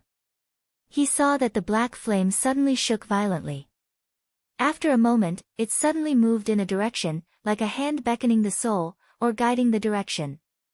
After a while, the black flame seemed to slowly return to normal. A complicated and slightly shocked look flashed across Lu Chen's face. When he looked up, he saw a secluded and dark stone house in the distance, quietly standing in the corner of the tribe. Chapter 346. Yi was suddenly informed that the black-robed priest was looking for her just before the army of the Black Fire tribe was about to set off. When she jogged to Lu Chen's side, she heard Lu Chen telling her expressionlessly that she should prepare to leave with him. This request, or rather, an order, attracted the attention of many barbarian warriors, and many gazes fell on Ye's shocked face. In the barbarian tribes, at least in the northern border region, fighting had always been the business of men. Warriors wielded weapons and fought on the battlefield for the sake of the tribe and glory. They would never allow women to follow them to the battlefield. Although this order was obviously against the unwritten rules of the barbarian tribes, no one stood up and said anything. It seemed that between the reverence of the black-robed priest and the abnormality of a little maid, most people valued the former more. Therefore, Yi was muddle-headed and involuntarily followed the army and left the Black Fire tribe. Although in the beginning, Lu Chen was very calm and seemed to have told Yi to prepare before leaving, in fact, it was a completely different matter. The entire army of the Black Fire tribe was ready to set off. Even the most important ritual had been held. Of course, with so many people, they wouldn't wait for an inconspicuous little maidservant. After the black-robed shaman finished speaking to her, he immediately left. Therefore, the little barbarian maid, who was at a loss and in a panic, had no time to pack up. In the end, she just grabbed a few pieces of clothing and ran over. Then, she followed beside Lu Chen with an aggrieved and nervous expression as they walked towards the unknown battlefield. There were very few barbarian women who had gone to the battlefield. Therefore, Yi felt very unfamiliar and a little afraid of being in the army. After all, she was surrounded by burly men who looked murderous. Moreover, most of these people were not her tribesmen who had grown up with her. Instead, they were the murderers who had slaughtered her tribe not long ago. Yi felt very nervous, even breathing was a little difficult. She felt very ashamed and wronged because of this feeling. Even if she was a woman, especially as a daughter of the barbarian tribe, fear was still looked down upon by others, including herself. However, with so many complex emotions intertwined, in the end, the feeling of fear and uneasiness prevailed. So even though Yezi still had some resentment towards Lu Chen, she still subconsciously approached him. Lu Chen did not have any extra reaction to this. At most, he only glanced at her indifferently, and then allowed the barbarian girl to follow beside him. After walking for a while, Lu Chen suddenly asked Leaf, "Did you stay in the stone house alone in the Blackfire camp?" Yi was stunned for a moment, then nodded and said, "Yes, what's wrong?" Lu Chen was silent for a moment and then said, "I'm fine." Since he said that he was fine, Yi dared not ask any more questions. After that, Lu Chen did not say anything to her. After walking and stopping along the way, Yi followed the elite warriors of the Blackfire tribe to a campsite. Not long after, the sky turned dark. Before the sky turned dark, the leaders of the Blackfire tribe, led by Hui Yan, had already ordered the warriors to settle down. Therefore, after darkness fell, the campsite quickly quieted down. Everything seemed very orderly and austere. This atmosphere surprised Leaf a little. When she lived in her own tribe, which was the Divine Wood tribe, in the past, although she did not follow them out like this, she more or less learned about the situation of the warriors from the people around her. The barbarians were originally fierce and bold. As warriors who were about to fight to the death and did not even know if there would be a tomorrow or if they would return from the battlefield, they were even more unrestrained. Loud noises, shouting and drinking were common. Even fighting was not uncommon. In fact, this was the norm in many small tribes. But this night, for the first time, she saw the discipline of the Blackfire tribe suddenly become so strict. For a moment, she was a little frightened. Although he didn't know much about these battles, he could clearly feel that the murderous intent of these cold and quiet people seemed to be far sharper than that of the clansmen's warriors that he had heard and seen before. She still stayed by Lu Chen's side because on this land and in this troop, apart from this black-robed priest, she did not know who else she could rely on. With her was the huge black wolf Atsu. This time, Lu Chen also brought it out. But on this night, Atsu still looked a little lazy. It lay down by Lu Chen's side early and closed its eyes to sleep. In truth, Yi really wanted to ask Lu Chen what was the point of asking him to come along for this kind of battle. However, she was still too afraid of the black-robed priest. In the end, she hid this question in her heart and walked around him with her head lowered, trying to see if there was anything she could do. There were no barbarian warriors in the vicinity. Most people subconsciously stayed away from the black-robed priest, even if they had the enchantment runes carved by the black-robed priest himself. It was in this silence that Lu Chen suddenly said to Leaf, "Sit down. We're here to fight, not to enjoy life. There's no need to be so busy." Leaf was speechless after hearing this. After a long while, she returned to Lu Chen's side and knelt down. She then plucked up her courage and asked, "Sir, if that's the case, why did you bring me here? If I don't clean up, I won't be of much use here." "It should be of some use." Lu Chen looked at her calmly and said, "I heard that when you barbarians are extremely hungry, you can eat people." Leaf's face turned pale. Her body trembled and she quickly said, No, there's no such thing." "Sir, where did you hear this rumor?" "I've seen it." Lu Chen's eyes flashed slightly. It was as if he remembered what he had seen and heard in the dangerous land of chaos a long time ago. "You've seen it?" Leaf was stunned for a moment. Her face was full of doubt. It seemed that she really didn't believe it. Lu Chen smiled and didn't want to argue with her. He just lightly said, "Rest early. Otherwise, we might have to wake up early tomorrow." "Oh," Leaf agreed. She lay down not too far away from Lu Chen. At the same time, she secretly criticized in her heart, if the army hasn't reached their destination, of course they have to wake up early. "You don't have to tell me that." But on this night, or perhaps the next day, just as Lu Chen had said, they woke up early, much earlier than usual. When darkness shrouded the earth, a large number of black shadows suddenly rushed out of the night. Then, like wild beasts, they fiercely pounced on the Blackfire's camp. The darkness seemed to solidify at that moment. In the camp, Lu Chen opened his eyes. His eyes were clear and full of spirit. It seemed that he hadn't slept at all. Beside him, Leaf suddenly woke up and jumped up. She said in surprise, "What's wrong? What's wrong?" But when she turned back to look at Lu Chen with a dependent and questioning gaze, she suddenly trembled and stood rooted to the ground. The black-robed priest was still sitting on the ground, but one of his hands was placed a foot in front of his chest. His palm was facing up. A black flame appeared in his palm and burned silently. Leaf held her breath and looked at the flame. Her body began to tremble. At the same time, the flames suddenly floated outward with a whoosh, like a person's finger, pointing in a certain direction. Lu Chen raised his cold eyes and stared at the nervous leaf.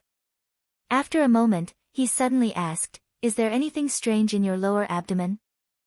Chapter 347.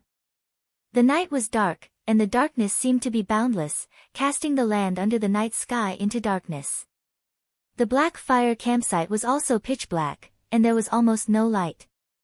The cold wind blew through the air, and Yi felt a little cold. For some reason, when the night wind blew past her, apart from the cold feeling on her skin, there was even a hint of pain as if she was being pricked by needles. She felt very nervous, and she felt a little breathless. She also felt that the dark sky looked like it would collapse at any moment, crushing everyone here to death. What made her even more terrified was the black flame in Lu Chen's hand. The burning flame was reflected in her eyes, and her body began to tremble. She covered her lower abdomen with both hands, and then a painful expression appeared on her face. After a suppressed moan, Yi suddenly knelt on the ground, and then began to twitch like a dying beast. Soon, a black flame slowly lit up in the depths of her pupils. Lu Chen seemed unmoved as he watched the young barbarian girl's pained expression. From the beginning to the end, he did not have any intention of helping her. He just watched her coldly. After a while, he withdrew his gaze and looked up at the sky. He stared at the dark and boundless sky. It was the high and mighty night. Then, he smiled coldly, and his eyes were filled with mockery and contempt. The darkness rolled like a surging tide. The night wind suddenly became urgent, and the whistling sounds suddenly became mournful. Then, there was a sudden flash of ice-cold blade light in the night. In the depths of the Black Fire Tribe's camp, Leaf shivered. The inexplicable and indescribable pressure on her suddenly disappeared. She sat up and looked back into the distance. She saw countless figures moving in that direction. Roars and roars rose and fell one after another. Impressively, it was an incomparably fierce battle. At this moment, a figure suddenly appeared in front of her. It was Lu Chen walking over. At the same time, the fire god's staff had appeared in his hand, and was gradually emitting a bright light. Lu Chen no longer looked at her, and instead stared into the darkness in the distance. After a moment, he raised the fire god's staff and stabbed it into the dark sky. At the same time, he chanted a mysterious and ancient curse, and a dark aura gushed out from his body. With a boom, large patches of black flames suddenly rose from his body, and danced wildly in the night. The fire god's staff instantly shone brightly, radiating a brilliant light in the night. It was like a sun that suddenly appeared in the darkness, and no one could look directly at it. Then, countless dark auras shot up from the magic staff, and then flew into the dark battlefield, looking for the cursed black lines. A moment later, angry roars and roars could be heard, like the wild roars of wild beasts. In the darkness, cries of alarm and screams could be heard. Many black figures suddenly grew in size. Even though they were so far away, they could still faintly hear the terrifying sounds of bones cracking. Yezi had a rough idea of what was happening in the darkness over there. Her eyes were filled with fear. When she looked back and saw the black-robed priest controlling the fire god's staff, looking at his demon-like appearance, she only felt that her legs and feet were sore, and her heart seemed to be unable to resist all this horror. In the distance, the wild roars grew louder and louder. The bloody smell of slaughter was also drifting with the wind, and it became thicker and thicker. The night became more and more desolate and dark. This was the first time that Yi, as a woman, was so close to a cruel battlefield of life and death. From the darkness, she could clearly feel the horror of the chaotic battle. All kinds of sounds came to her, and countless images formed in her mind. The sounds of breaking, howling, screaming, breaking bones and bleeding, falling to the ground, and all kinds of sounds that contained pain and brutality, filled with the smell of slaughter, all came to her ears, one after another. Yi trembled all over. At that moment, she suddenly felt that she really did not look like a barbarian. But women never had to go to the battlefield.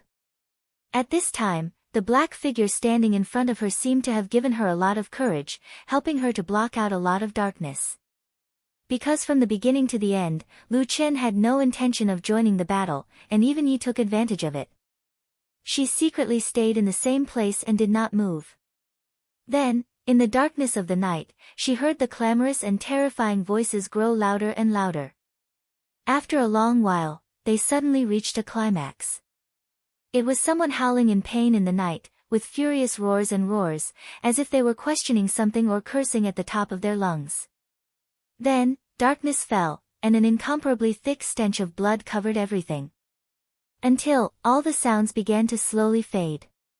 Until dawn. Yi did not sleep for the whole night, nor did she dare to sleep. She was extremely nervous, and at the same time, she had a deep fear. The pain of the extermination of her tribe was still haunting her for so long, and she could not forget it. When dawn came, everything finally settled. When the morning light shone from the horizon, a new day had begun in the human world, and a new chapter had opened in the wilderness. This land, with the dripping blood and horrible corpses, used the cruelest method of sacrificing life to announce the arrival of this day. When Huyen, who was bathed in blood, came to the side of Lu Chen, his face had a trace of exhaustion, but his eyes were very calm. He nodded to Lu Chen. Lu Chen smiled. Just when he was about to speak, he suddenly heard a noise in front of him. Huyen also noticed it, and turned his head to look. He saw a figure suddenly coming from the crowd. He looked like an ordinary barbarian, but the most obvious difference was that he was wearing a fox's fur on his head. That was the chief of the Ghost Fox tribe. In addition, the chief of the Ghost Fox tribe was holding a head in his right hand. It was dripping with blood, as if it had just been chopped off not long ago. Even though the head was already dead, there was still a look of anger on his blood-stained face. Huyen and Lu Chen's eyes fell on the head of the dead man at the same time. That face seemed familiar. They had seen it before, and it was also a chief of a large tribe. Huyen let out a long sigh, and Lu Chen smiled. The two looked at each other, and after a while, Huyen suddenly said, "Thank you." Lu Chen nodded and did not say anything. At this time, the chief of the Ghost Fox tribe had already walked in front of them, and then casually threw the head in front of them. He grinned and said, "The head of the Thunder Lizard tribe is yours." Lu Chen nodded and said, "Well done. You can rest assured about what we promised you."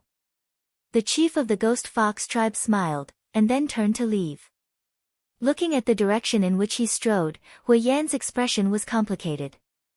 After a while, he said in a low voice, "In the past, in the southern wilderness, no matter whether the tribe was strong or weak, when there was a fierce battle, we would fight openly to the end. Even if we died, it was only for the honor of our ancestors. We have never used this kind of method." Lu Chen turned around, and took the opportunity to pat his shoulder. Then he smiled and said, "It's okay. You will soon get used to this feeling and like it." After saying this, he walked away. Huyen stared at the back of the black-robed priest, and did not say a word. Chapter 348. In the barren northern part of the southern wilderness, the 5 tribes had maintained a delicate balance for at least 100 years. But in this year, everything suddenly changed. First, the Mountain Spirit tribe gained the favor of a new high priest from the south, and the tribe's strength rose sharply. Then, the 4 northern tribes besieged them. After a fierce battle, the Mountain Spirit tribe, who had the upper hand in the battle, was suddenly killed by an external force. As a result, the tables turned and the Mountain Spirit tribe was defeated by the 4 tribes. However, the situation did not calm down. Soon, the Black Fire tribe, one of the 4 tribes, suddenly gained a mysterious human high priest. This was something that had never happened in the countless tribes of the southern wilderness for thousands of years. However, all the rumors, slander, sneers, and swords were nothing in the face of weapons and blood. The black-robed priest had obviously gained the power of the god of fire worshipped by the Black Fire tribe. Using this powerful and strange witchcraft, the power of the entire Black Fire tribe suddenly increased by leaps and bounds. What happened next shocked the other tribes of the wilderness even more. After the Black Fire tribe experienced a fierce internal strife, the new chief, Hui Yan, became a bloodthirsty and crazy beast. He began to devour all the living things around him. They destroyed the Divine Wood tribe and the Mountain Spirit tribe. Then, they started a war against the Ghost Fox tribe and the Thunder Lizard tribe. When the dark flames covered the sky, when the demonic Black Flame warriors were rampaging and slaughtering lives, the Ghost Fox tribe, who were fighting fiercely on the battlefield, suddenly turned around and gave the Thunder Lizard tribe, who were soaked in blood, a heavy blow from behind. For many years, the Thunder Lizard tribe had always been one of the most populous and powerful tribes in the northern part of the wilderness. They were also the tribe that opposed the rise of the Black Fire tribe the most. But on this day, their fate fell into the abyss and they sank into oblivion forever. The army of the Thunder Lizard tribe quickly collapsed in panic, anger, and fear. What awaited them was an overwhelming, crushing defeat. Then, the Black Fire tribe and the Ghost Fox tribe merged into one and attacked the base camp of the Thunder Lizard tribe. Finally, this large tribe with a long history was destroyed and many treasures and people were captured. The smoke had yet to disperse. The once prosperous campsite of the Thunder Lizard tribe was now a complete mess. The fierce barbarian warriors of the Black Fire tribe and the Ghost Fox tribe were everywhere. They were laughing wildly, shouting and looting everything they could see. They looked like a group of wild beasts who had fallen into a state of madness. However, among this group of victors, there were some who were clear-headed, such as Hui Yan and Lu Chen. They ordered all the captured barbarians of the Thunder Lizard tribe to gather and guard them, so that they would not be harmed by the frenzied barbarian soldiers. However, even so, many members of the Thunder Lizard clan had died tragically in the campsite. The strong smell of blood drifted with the wind, and the battlefield that had just gone through a catastrophe looked like hell on earth. Yi, who had been walking all the way, was trembling non-stop. She followed closely beside the black-robed priest, not daring to stray even half a step away. Without a doubt, this scene reminded her of the massacre of the Sacred Wood tribe a few days ago. She felt that she would be tortured by this bloody scene for the rest of her life. That kind of fear made her feel a little hopeless and a little painful and ashamed. Lu Chen, who was walking in front of her, suddenly stopped. Atsu, who was walking beside him, also stopped. Only Yi, who kept stealing glances at the restless Yi, almost bumped into them. She was so shocked that she almost cried out for mercy. Just then, a group of beast men ran past them, laughing maniacally. They smashed and looted without a care in the world. One or two of the barbarian warriors even saw Ye's figure, and their eyes suddenly lit up, and they rushed towards Ye's direction. Lu Chen looked at them indifferently. One of the barbarian soldiers suddenly cried out. His voice was filled with fear and respect. Then, someone rushed over and kicked the two idiots. Then, he dragged the two dizzy fellows and retreated while smiling at the black-robed priest in front of him. He nodded and bowed to the black-robed priest and retreated for a distance. Then, he turned around and ran away. Yi looked at the backs of the barbarian soldiers with a pale face. Her chest heaved, and the corners of her eyes twitched. Although nothing really happened just now, the madness in the eyes of the barbarian soldiers, as well as the even more terrible scenes around her, told Yi what kind of fate would have awaited her if the black figure in front of her had not stopped her. She grasped the corner of her clothes, and then quietly moved closer to Lu Chen. "Are you afraid?" Lu Chen continued to walk forward without turning back to look at her. However, he seemed to casually ask this question. The corners of Ye's eyes twitched a few times. She looked at the bloody scenes around her and the messy camp, and answered in a low voice, "Yes." But at this moment, Lu Chen did not speak anymore, and his expression did not change much. He continued to walk forward indifferently. Yi followed behind him. She did not know why, but she suddenly felt angry. A wave of resentment and anger surged in her heart, and she could not help but say, "Your Excellency, these people died because of you, didn't they? And those who died in the Divine Wood tribe and the Mountain Spirit tribe. Countless souls wander in pain in the wilderness because of you. Don't you feel a little guilty?" Lu Chen paused for a moment. After a while, he turned around and looked at Yi. After Yi said those words, she was subconsciously shocked. When Lu Qin stopped and looked at her, she was even more shocked. The sense of awe suddenly surged, and she was so scared that she took a few steps back. She murmured, "Sorry, Your Excellency, how dare you speak to me like this?" Lu Qin looked at her calmly and said slowly. Ye's face was pale. She kept shaking her head and waving her hands. She tried to explain to the black-robed priest, but for a moment, she did not know what to say. In her heart, she was extremely regretful at this moment. She even scolded herself 1,000 times. Was she out of her mind just now? However, Lu Qin seemed to have no intention of punishing her. After staring at the barbarian girl for a moment, he suddenly looked a little sad and said, "Everyone is the same."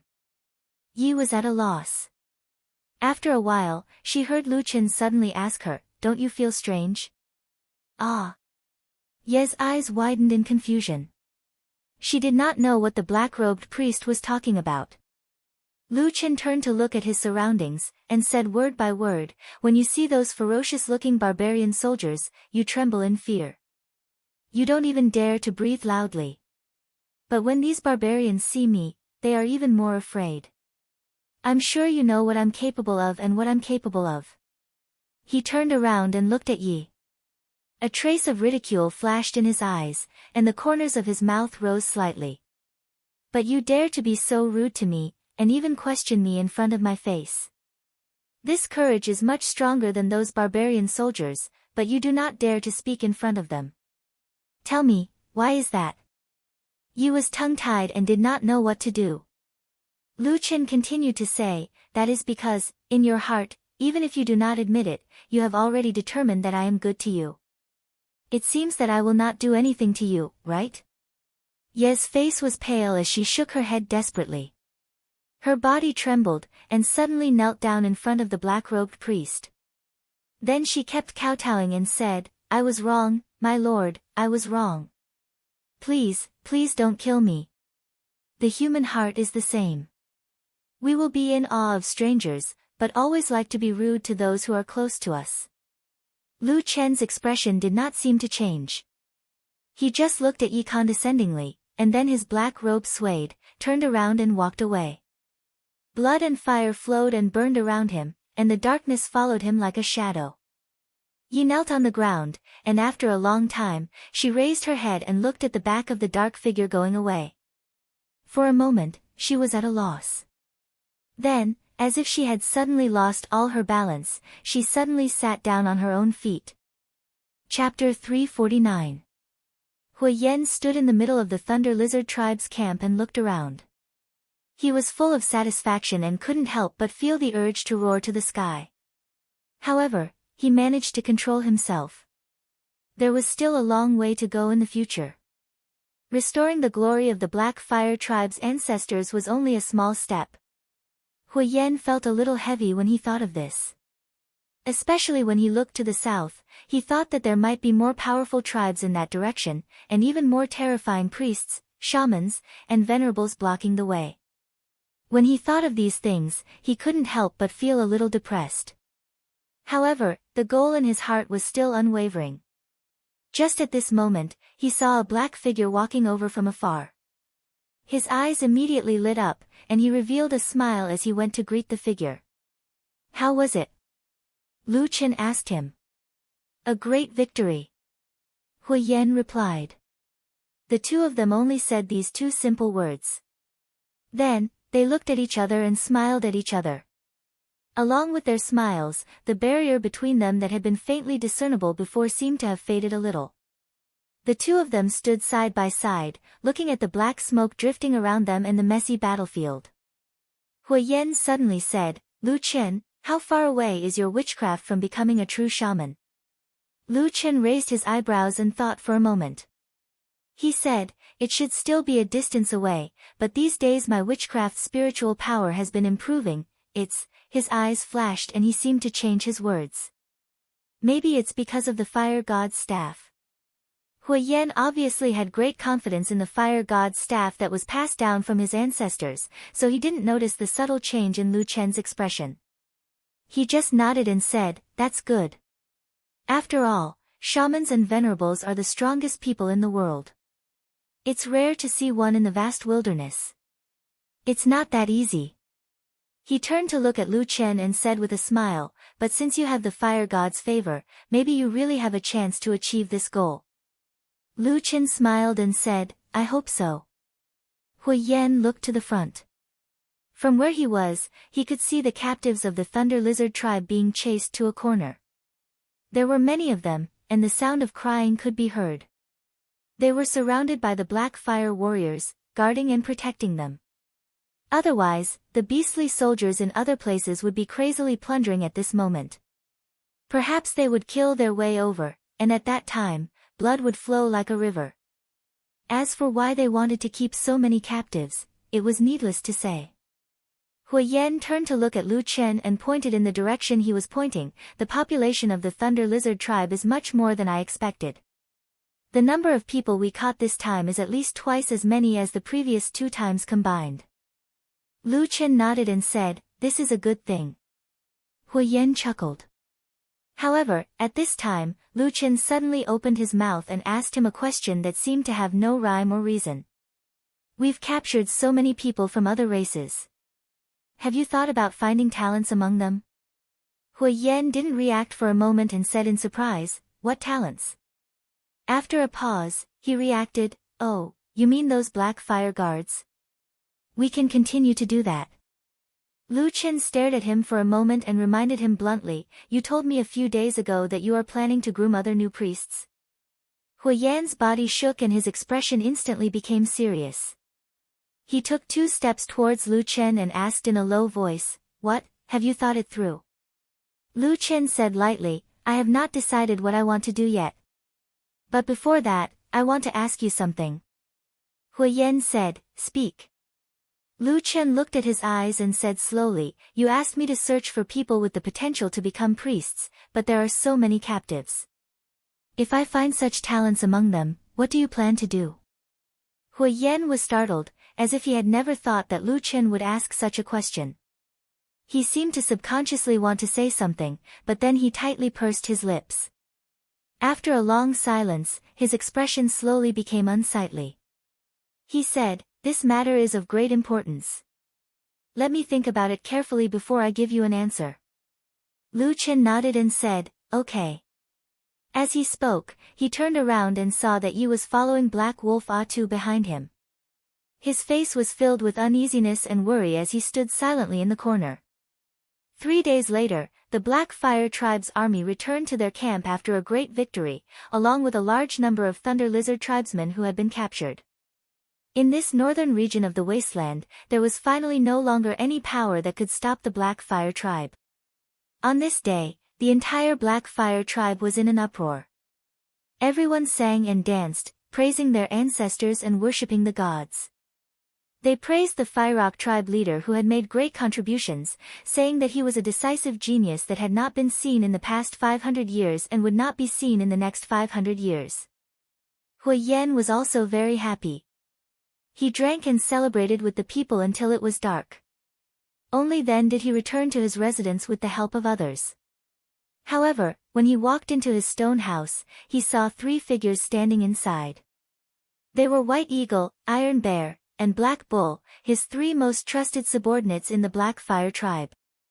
Hui Yan was startled and carefully looked at them. He saw that the 3 of them didn't have a smile on their faces, and their expressions were a bit serious and dignified. Hui Yan immediately sobered up a little. He straightened his body, calmed himself down, and waved his hand to let the people supporting him leave first. Then, he walked to the seat in front of him and sat down. First, he took a big gulp of water from the cup next to him, and then suddenly splashed it on his face. His body shook a little, and then he wiped his face with his hand, looking much more sober. He looked at the 3 people and said, "What's wrong? Is there something wrong?" The 3 people looked at each other, and then White Eagle took a step forward with a worried expression. He said, "Chief, Iron Bear and Black Bull came to find me. They are worried about something. Hu Yan looked at his two powerful subordinates. Seeing their serious expressions, he asked in a low voice, "What is it?" Iron Bear clenched his teeth and said, "Chief, this time, we defeated the Thunder Lizard tribe, and took a lot of wealth and people. The result is much better than the previous battles." Hu Yan nodded and said in a puzzled tone, "Yes, this is a good thing."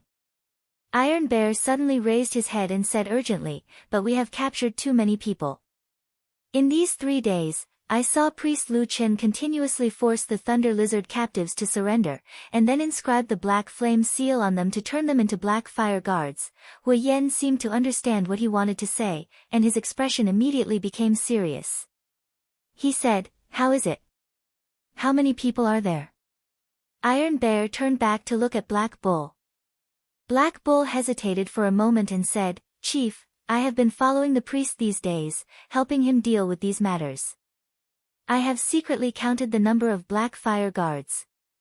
Now, they have already surpassed the warriors of our black fire tribe." At the end of his words, a trace of deep fear and worry appeared on his rough face. At the same time, he subconsciously looked at the door outside, and then lowered his voice, saying, "Chief, we really can't go on like this. There are too many black fire guards, and they are all warriors who can transform into demons. The total number of warriors of our tribe is almost 20 less than the black fire guards. If we were to count the warriors with the ability to transform into demons, the difference would be even greater." He clenched his teeth and seemed to hesitate a few times.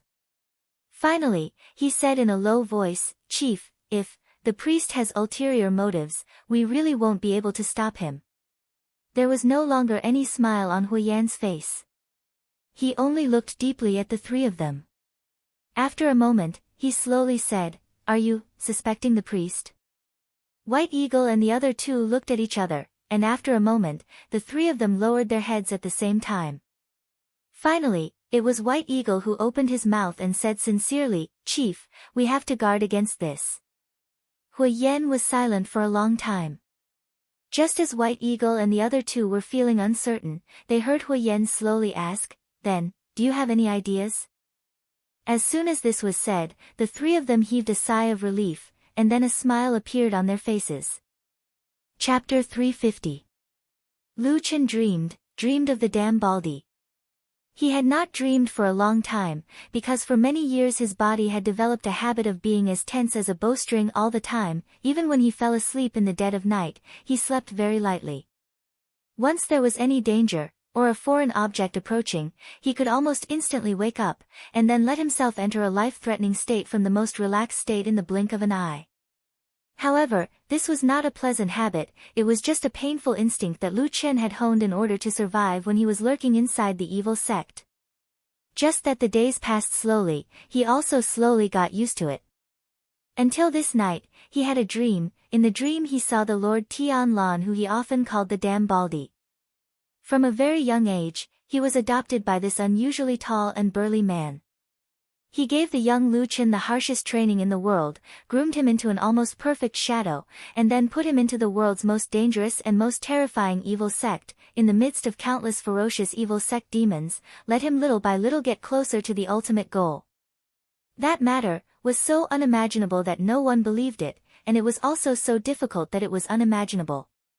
In those years, it was unknown how many innocent people died in the hands of the evil faction. The dripping blood seemed to be able to gather into a river now. During this period of time, the Black Wolf from all those years ago had always been watching coldly from the sidelines. He didn't lend a hand and just watched coldly from the sidelines. His nerves seemed to have been tempered into ice a long time ago, and they wouldn't change even after a myriad of years. He was cold to the extreme.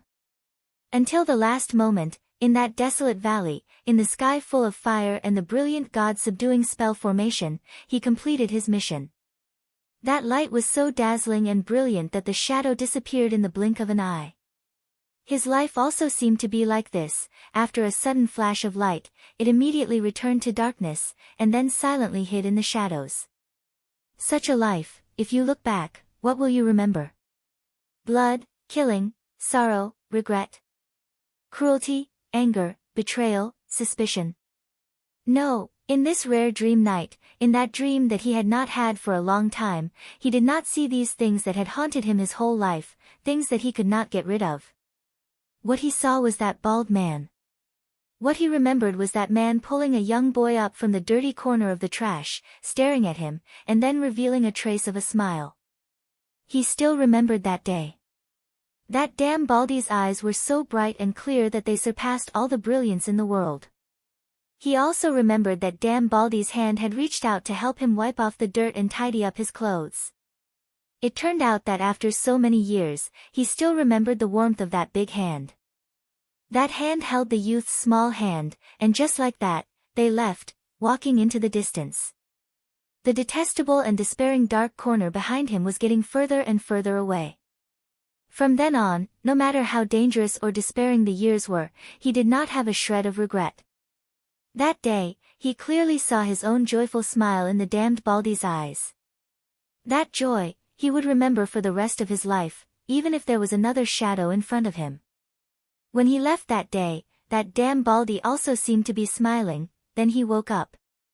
When he regained his full consciousness, in the shadows of the darkness, the corners of his mouth curled up into a smile. There was a hint of hope and expectation that he had never shown before in front of others. He was just like the youth he used to be. Until a moment later, he opened his eyes, and saw the darkness. He was silent in the darkness, and his smile slowly disappeared. He lowered his head slightly, and thought to himself, what's going on today? Then he looked towards the north, and thought, those people I know, what are they like now? Priest Lu Chen's power is about to be established, it is not easy to topple him now. In the stone house that was still lit in the middle of the night, the Black Fire tribe leader Hui Yan and his 3 most trusted subordinates had not dispersed yet, and were still sitting around talking. The one who spoke at this time was Hui Yan. His face was solemn, and his gaze was fixed on the small fire in front of him. He said in a heavy tone, even if what you say makes sense, even if I believe the many threats you have said, but you are not his match, so what?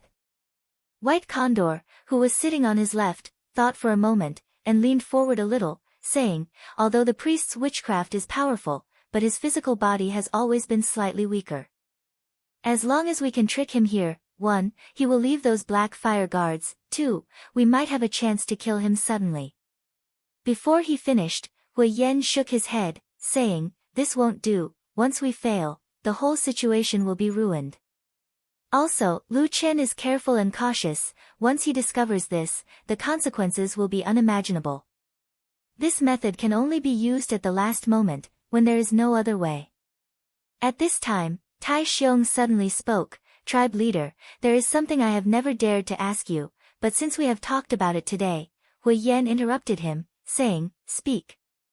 Iron Bear hesitated for a moment before saying, it's about the black flame runes on our bodies. The Great Fire God bestowed great power upon us, but I heard that Priest Lu Chen also uses these runes to control the Black Fire Guards. It said that he can control the life and death of the Black Fire Guards with a single thought. Hui Yan's face darkened. Tai Xiong clenched his teeth and continued, although the black flame runes that our Black Fire tribe warriors get are different from those of the Black Fire Guards, and the most obvious difference is that the runes are engraved on our heads and on their chests, but... Chief, is there really no danger? The gazes of the 3 fell on Hui Yan for a moment. Hui Yan was silent for a moment, saying, I have actually asked Lu Chen about this in private, and Lu Chen's answer was that there is no problem with the runes on our Black Fire tribe's side, and there is no danger like you said. Tai Xiong, Black Bull, and White Condor looked at each other. After a while, White Condor couldn't help but ask, can his words be trusted? This time, Hui Yan was silent for a long time, then suddenly sighed, saying, I don't know. As soon as these words came out, the expressions of the other 3 turned ugly. White Condor immediately said in a low voice, if that is the case, then we have to get rid of this person. Otherwise, if something happens in the future, our Black Fire tribe will be destroyed. Hui Yan lifted his gaze and looked at the 3, suddenly saying, do you think that I was wrong to invite Lu Chen back? The 3 of them were stunned for a moment. After a while, Tai Xiong smiled bitterly and said, how can I say that clearly? If it weren't for the priest, our Black Fire tribe wouldn't have been able to unify this land in such a short time. The few looked at each other, speechless, and discussed here and there for a long time. They thought of many plots and schemes, but they were all rejected one by one. In the end, they were all at a loss. However, at this time, perhaps this situation made them more aware of the danger that Lu Chen was in, and the murderous intent on their faces became even more intense. Only Hui Yan seemed to be a little calmer. After thinking for a long time, he suddenly sighed, saying, "Actually, there is still one last way." "What?" "Let him go." Hui Yan said, "He has always wanted to leave this wasteland and return to the north. As long as I tell him that secret, maybe he really will leave without caring about anything else." The expressions of the other three instantly changed. Clearly, they were quite tempted, but very quickly, White Eagle frowned again. He looked at Hui Yan and said softly, "If that's the case, what should we do with so many Black Fire Guardians? Also, our tribe can only have what we have today because of the power of witchcraft. If he leaves, the tribe will not have a priest, then what should we do?" Tai Xiong and Hei Niu also said. Hui Yan snorted and couldn't help but glance at them, saying, "Now you know to talk about the priest, then why did you want to kill him just now?" The two barbarian warriors immediately smiled awkwardly, but Hui Yan didn't seem to have any intention to pursue the matter. Instead, he quickly fell into deep thought, and after a while, he suddenly stood up and walked out. The three were shocked, saying, "Chief, where are you going?" Without turning his head, Hui Yan said, "I thought of a way, maybe I need to have a good chat with our priest Lu Chen." White Condor and the other two looked at each other and didn't say anything, but each had a serious expression. The night was about to pass, and the first rays of dawn appeared on the horizon. Chapter 351. When he woke up at dawn that morning, she didn't feel anything unusual at first. Although she didn't like the darkness in the stone house, she gradually got used to it after staying here for a long time. He was used to this stone house, used to the light here, used to the huge, eccentric, and lazy big black wolf, and also used to the existence of that mysterious dark figure. In Ye's past life, she was just a normal berserker girl. She never thought that she would have such a life experience, but everything changed when the day of her race's extermination came suddenly. Therefore, she had always hated the black-robed priest, but unconsciously, she seemed to be slowly relying on him. For example, when she followed him to the battlefield a few days ago, she had already discovered that the black figure had become the only thing she could rely on. Therefore, although she would sometimes tell herself that the black-robed priest was her enemy and that she should hate him, she gradually forgot those feelings most of the time. It was the same when she woke up that day. Liv stretched herself and yawned. Then she stood up and prepared to go out to fetch water and start a new day of work. But very quickly, she suddenly felt as if something was not quite right. It was in this house. She turned her head and looked around. Everything in her eyes was the same as usual. The dim light, the sleeping black wolfatsu, and the figure sitting quietly. There was nothing unusual. Yezi was a little puzzled. She carefully looked around, but still found nothing. Finally, she shook her head and got up to walk out of the stone house. After she left, Lu Chen, who was sitting in the shadow, slowly opened his eyes. He looked at the back of the barbarian girl and frowned slightly. He whispered, "She's really sensitive to witchcraft." He lowered his head and opened his clenched fist. In the center of his palm, there was an extremely small black flame that was almost invisible to the naked eye. Previously, he had been holding it tightly in his palm, not revealing any clues. He thought about it thoughtfully. After a while, he suddenly laughed. There was a little malicious ridicule in his eyes. He said softly, "Find a priest from another tribe after the human race? I'm afraid the people of the Black Fire tribe are going crazy." Yezi was busy working. Halfway through her work, she saw the chief of the Black Fire tribe, Hui Yan, come to the stone house of the black-robed priest. Hui Yan and Lu Chen had the highest status in the Black Fire tribe. Even Yezi, who was originally an outsider, was in awe of Hui Yan. She hurriedly saluted him. However, Hui Yan clearly didn't care about the people around him. After a casual wave of his hand, he walked into the house. At the same time, he ordered the people around him that he had important matters to discuss with priest Lu Chen in detail. Without being summoned, no one was to disturb him. Therefore, Yezi was blocked outside the door. She was helpless about it, but she was also a little curious about what the two important people were talking about. In the stone house, the two most powerful people of the Black Fire tribe, who had unified the northern part of the wilderness for the past 100 years, began to chat.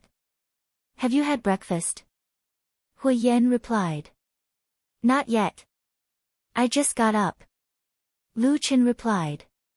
He then asked, "What about you?" "Well, I haven't eaten either. But it doesn't matter. It'll be noon soon. I'll eat that meal together with it." "That makes sense." Lu Chen nodded in agreement. Then, the two looked at each other and didn't say anything. After a while, Hui Yan finally cursed and spat out a few more curses. He then said angrily, "Forget it. Let's not talk nonsense, okay? These words make me feel disgusted." Lu Chen laughed. He touched the thick and smooth fur on the back of Atsu. He smiled and said, "If you have anything to say, just say it." Hui Yan nodded. After thinking for a while, his face slowly became serious. He looked deeply at Lu Chen and suddenly said, "You want to go back to the north?" Lu Chen raised his eyelids slightly and said calmly, "Yes. Didn't I tell you this from the beginning?" Hui Yan seemed to have given up. He said, "Are you really not tempted by what I said before?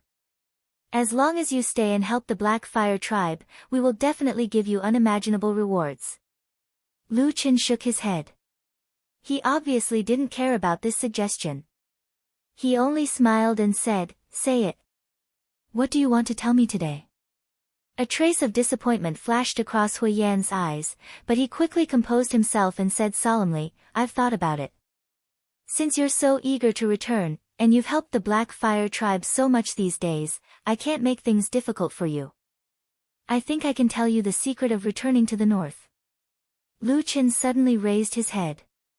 He seemed to be shocked. Even with his calmness, he couldn't help but show a stunned expression. He said, "You're that good?" Hui Yan stared at him and said in a low voice, "We've known each other for a while. We can be considered friends. I won't lie to you about this." Lu Chen had already calmed down, but his eyes were still moving. His gaze flickered. He was obviously trying to guess the meaning behind Hui Yan's words. After a while, Hui Yan continued, "However, I'm sure you're aware of the current situation in our tribe. From the beginning to the end, we only have you as our priest. Although we have unified the northern part of the wasteland, we have also attracted the attention of the strongest tribes in the south. Under these circumstances, as long as you leave this place, we will not be able to resist the other priests, shamans, and venerables."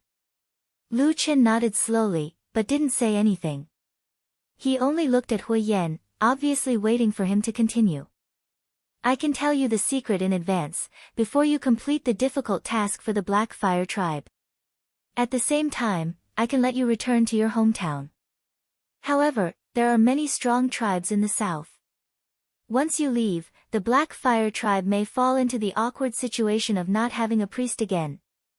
At that time, I'm afraid it will be difficult to even subdue these Black Fire guards, not to mention other tribes taking the opportunity to attack." Lu Chen was silent. After a while, he said, "Then what do you want me to do? Before I tell you the secret, you have to return at least 1 or 2 priests to me. Then you can leave. In the future, the barbarian tribe will return to the barbarian tribe, and the human tribe will go to the human tribe.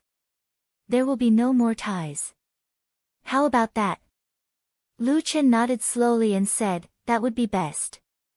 However, I also have something to ask you." "Go ahead," Hui Yan said. Lu Chen smiled and said, "In order to achieve the results you mentioned, I naturally have to find people in the tribe. But after searching for a few candidates, in fact, these few people in the tribe recently, we only want pure-blooded warriors from the Black Fire tribe. Hu Yen suddenly interrupted him, and then said resolutely and decisively. Lu Chen was stunned and said, "What do you mean? Do you look down on the other barbarians?" Hu Yen shook his head, but quickly nodded. "After all, they are our own people. I feel more at ease using them," he said. Lu Chen was silent for a while and said, "All right, I understand."